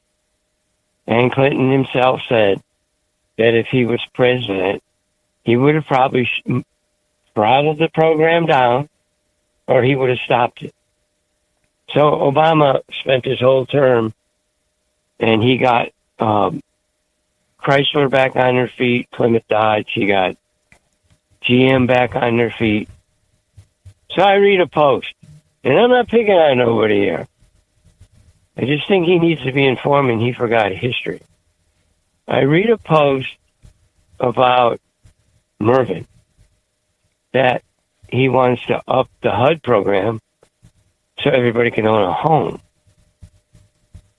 I don't want that to happen again. I don't know what he's thinking. I understand he's got a soft spot and he wants everybody to own a home. And I don't know where he was at when this all came down from Clinton. And it ended up in Obama's lap. And I had asked my buddy, I said, why didn't George Bush Jr. stopped it? And my buddy said he would have took a real beating if he would have stopped that program. So it all ended up in Obama's lap. And I don't know how Obama got us out of that with not taking all our money. But I think there's new rules now that if the banks go under again, they take a little of your money. So what's happening here, we've got Frank Mervyn, and I'm going to repeat myself again for the people that in the chat board. I hope you guys in the chat board beat me up. I love it. But if we go through this again, we're going to have to pay for this. During the Obama years, the banks paid for it. So they got new rules now. I'm not in favor. If you want to own a home, you might need to work a little bit harder. And I've got a psychiatry couch at night, and if you want to come over and listen to all the phone calls of the old people that call me and that feel like they've been punched in the gut, that the people are coming over and they're so disrespectful to the people that have been here forever, that they're paying the freight, that are buying Indiana plates, not Illinois plates, but we're buying Indiana plates. We're supporting our schools. I got about 4 people, and there's probably more. And all I hear on the radio with you, we're going down the tubes. And I see it. I know that we don't want to do something police-wise because you become, it's terror and this and that. Something has to be done for my older friends that are 75 years old. Now, I got another one moving, and it's just me now. And I got a lot of good neighbors. Let me just go back and address this issue with Mervan. So I saw the post, and he got beat up pretty royally on Facebook. I think of 100 comments, 96 of them were negative about his letter, basically asking the Secretary of HUD to continue to fund NGOs, non-government organizations, as it relates to home ownership programs. And I don't totally understand why those programs are necessary. A lot of banks actually conduct those very same programs. They conduct them because they're basically designed to help fulfill their CRA, their Community Reinvestment Act commitments. So a lot of banks actually do the same counseling. I think it's great to counsel people on first-time home ownership. I think there's some value letting people understand about that you don't just buy a home, you have to maintain a home, you have to care for a home, you have to upkeep a home just like you do with your home and I do with mine. I mean, look at all the money that you spent, MX, in the last couple of months, even with the fence and the yard and the sidewalk and all the improvements that you constantly make. And I think $21,000. But I think for some people, $21,000 I spent. And I think for some people, they need to understand that before they buy a home, they have to care for a home. So I think there's some value in that. But again, why that can't be done through the banks and why that can't be done with minimal investment by government. I mean, do we need to spend government money to pay non-government organizations huge amounts of money to train people on home ownership, or can we partner with the banks and maybe have the banks support some not-for-profits to do the very thing that government is now paying for? When this whole argument of training people on home ownership came out, it actually came from the banks, and I don't understand why government has to pay for it. Government pays for just about everything, so I guess everybody has their hand in the trough. And I think that was probably to the dismay of Frank Mervan, that was a general comment that came back to him when he posted that he had signed that letter or authored that letter, a lot of people said, well, why are you doing this? We don't need to spend money on this. So I think that's where it was. Hey, I appreciate the call. We've got a few more callers, and we got 9 minutes left. Okay. So we got to talk. There's some serious stuff we got to talk about. Yeah, in fact, I might give you a call off the air. About what's going on, and the old people, man, they just call me, and they're in tears. I'm telling you, they're in tears. Well, okay. I think there are some real problems. There's some real problems. I agree with you. 845-1100, we've got 2 more callers before we wrap up for the day. So let's take those calls. Good morning. You're on the air. Hey, good morning, Tom. Good morning. I just want to circle back to you were talking about the first responders and firefighters as such. That was the only, my dad, to me, was my hero. We never had too many disagreements, but the big disagreement we had was when I shifted towards law enforcement, and he was a firefighter, Squad 5 CFP.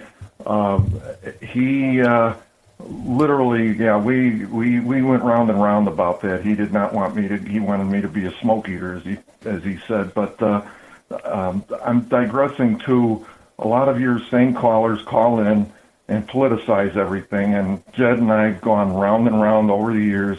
I became an independent way back in the Perot days, and I've stayed. I don't vote a straight ticket, and I write people in. I actually can cipher, like Jethro Bodine said back in the day. But when I answered a call, or my dad, we didn't ask, hey, are you a Republican or a Democrat? Or it is what it is. It's not just politics. Everything doesn't have to be politics. It starts with the family dynamic and the parents. And you can just see some of these individuals, they obviously grew up wrong. And that's where it starts. It's not, whether you're, a D or an R or whatever. You can't politicize every little thing. And that's why we are where we're at right now.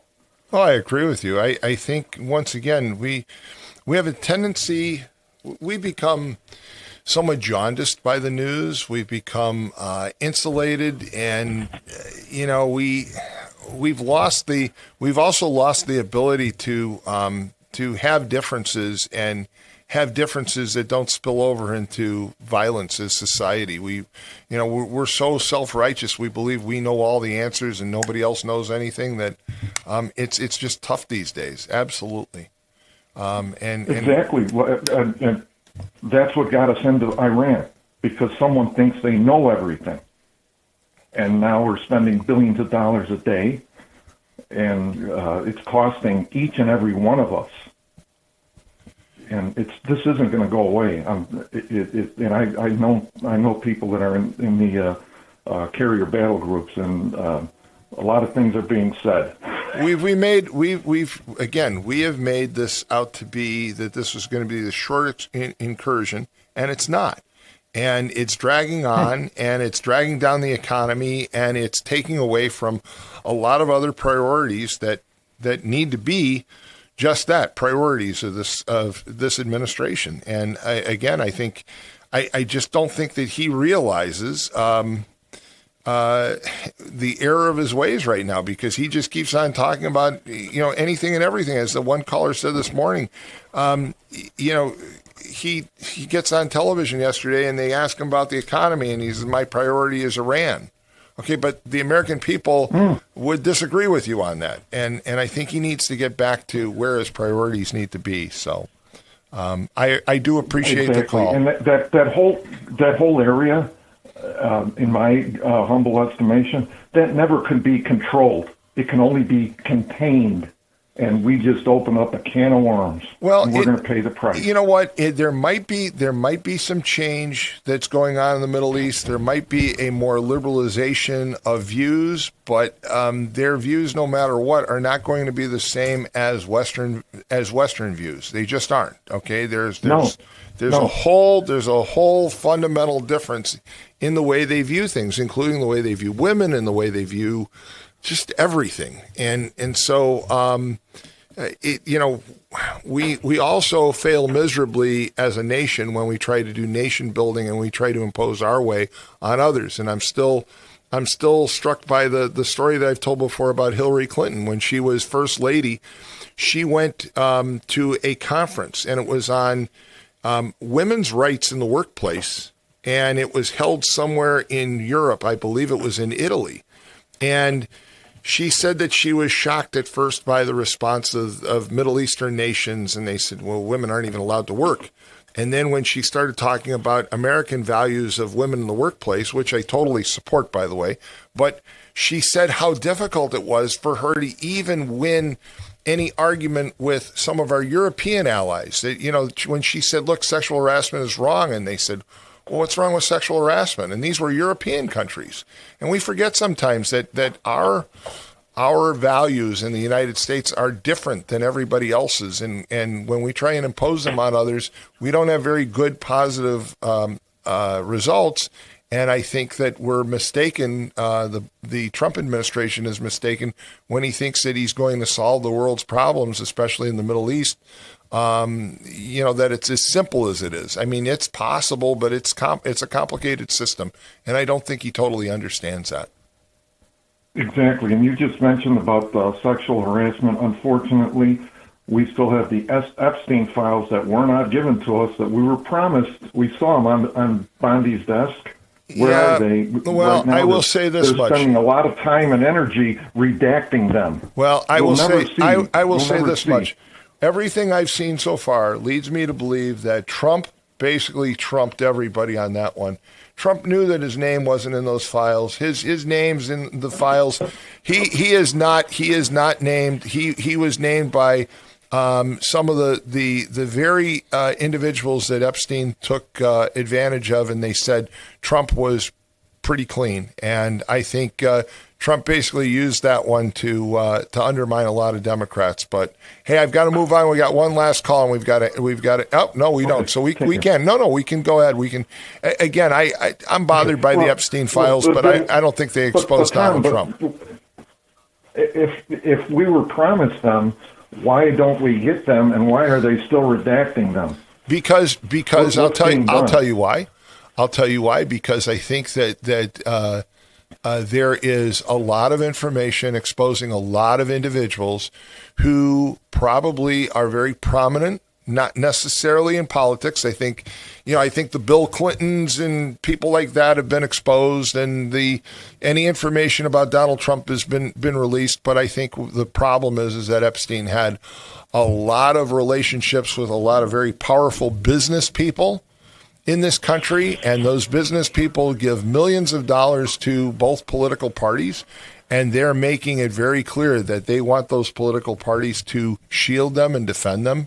And I think that's really where a lot of the problem lies on releasing those files. So I don't think that you're ever going to find shielding them and I think it's called the Democratic Party. I think it's called the Democratic National Committee and the Republican National Committee. I think that's who's shielding them. I think that they are. I think these are very wealthy individuals that basically are big donors to both parties.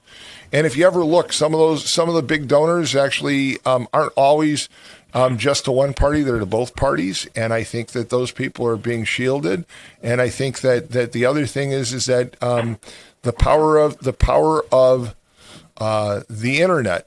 That a lot of the rumors that are out there are just that. There were lots and lots of rumors about there's all these nasty files about Donald Trump. There's all these nasty files about Bill Clinton. There's all these nasty files, and I think in reality there's a lot less than people thought there were.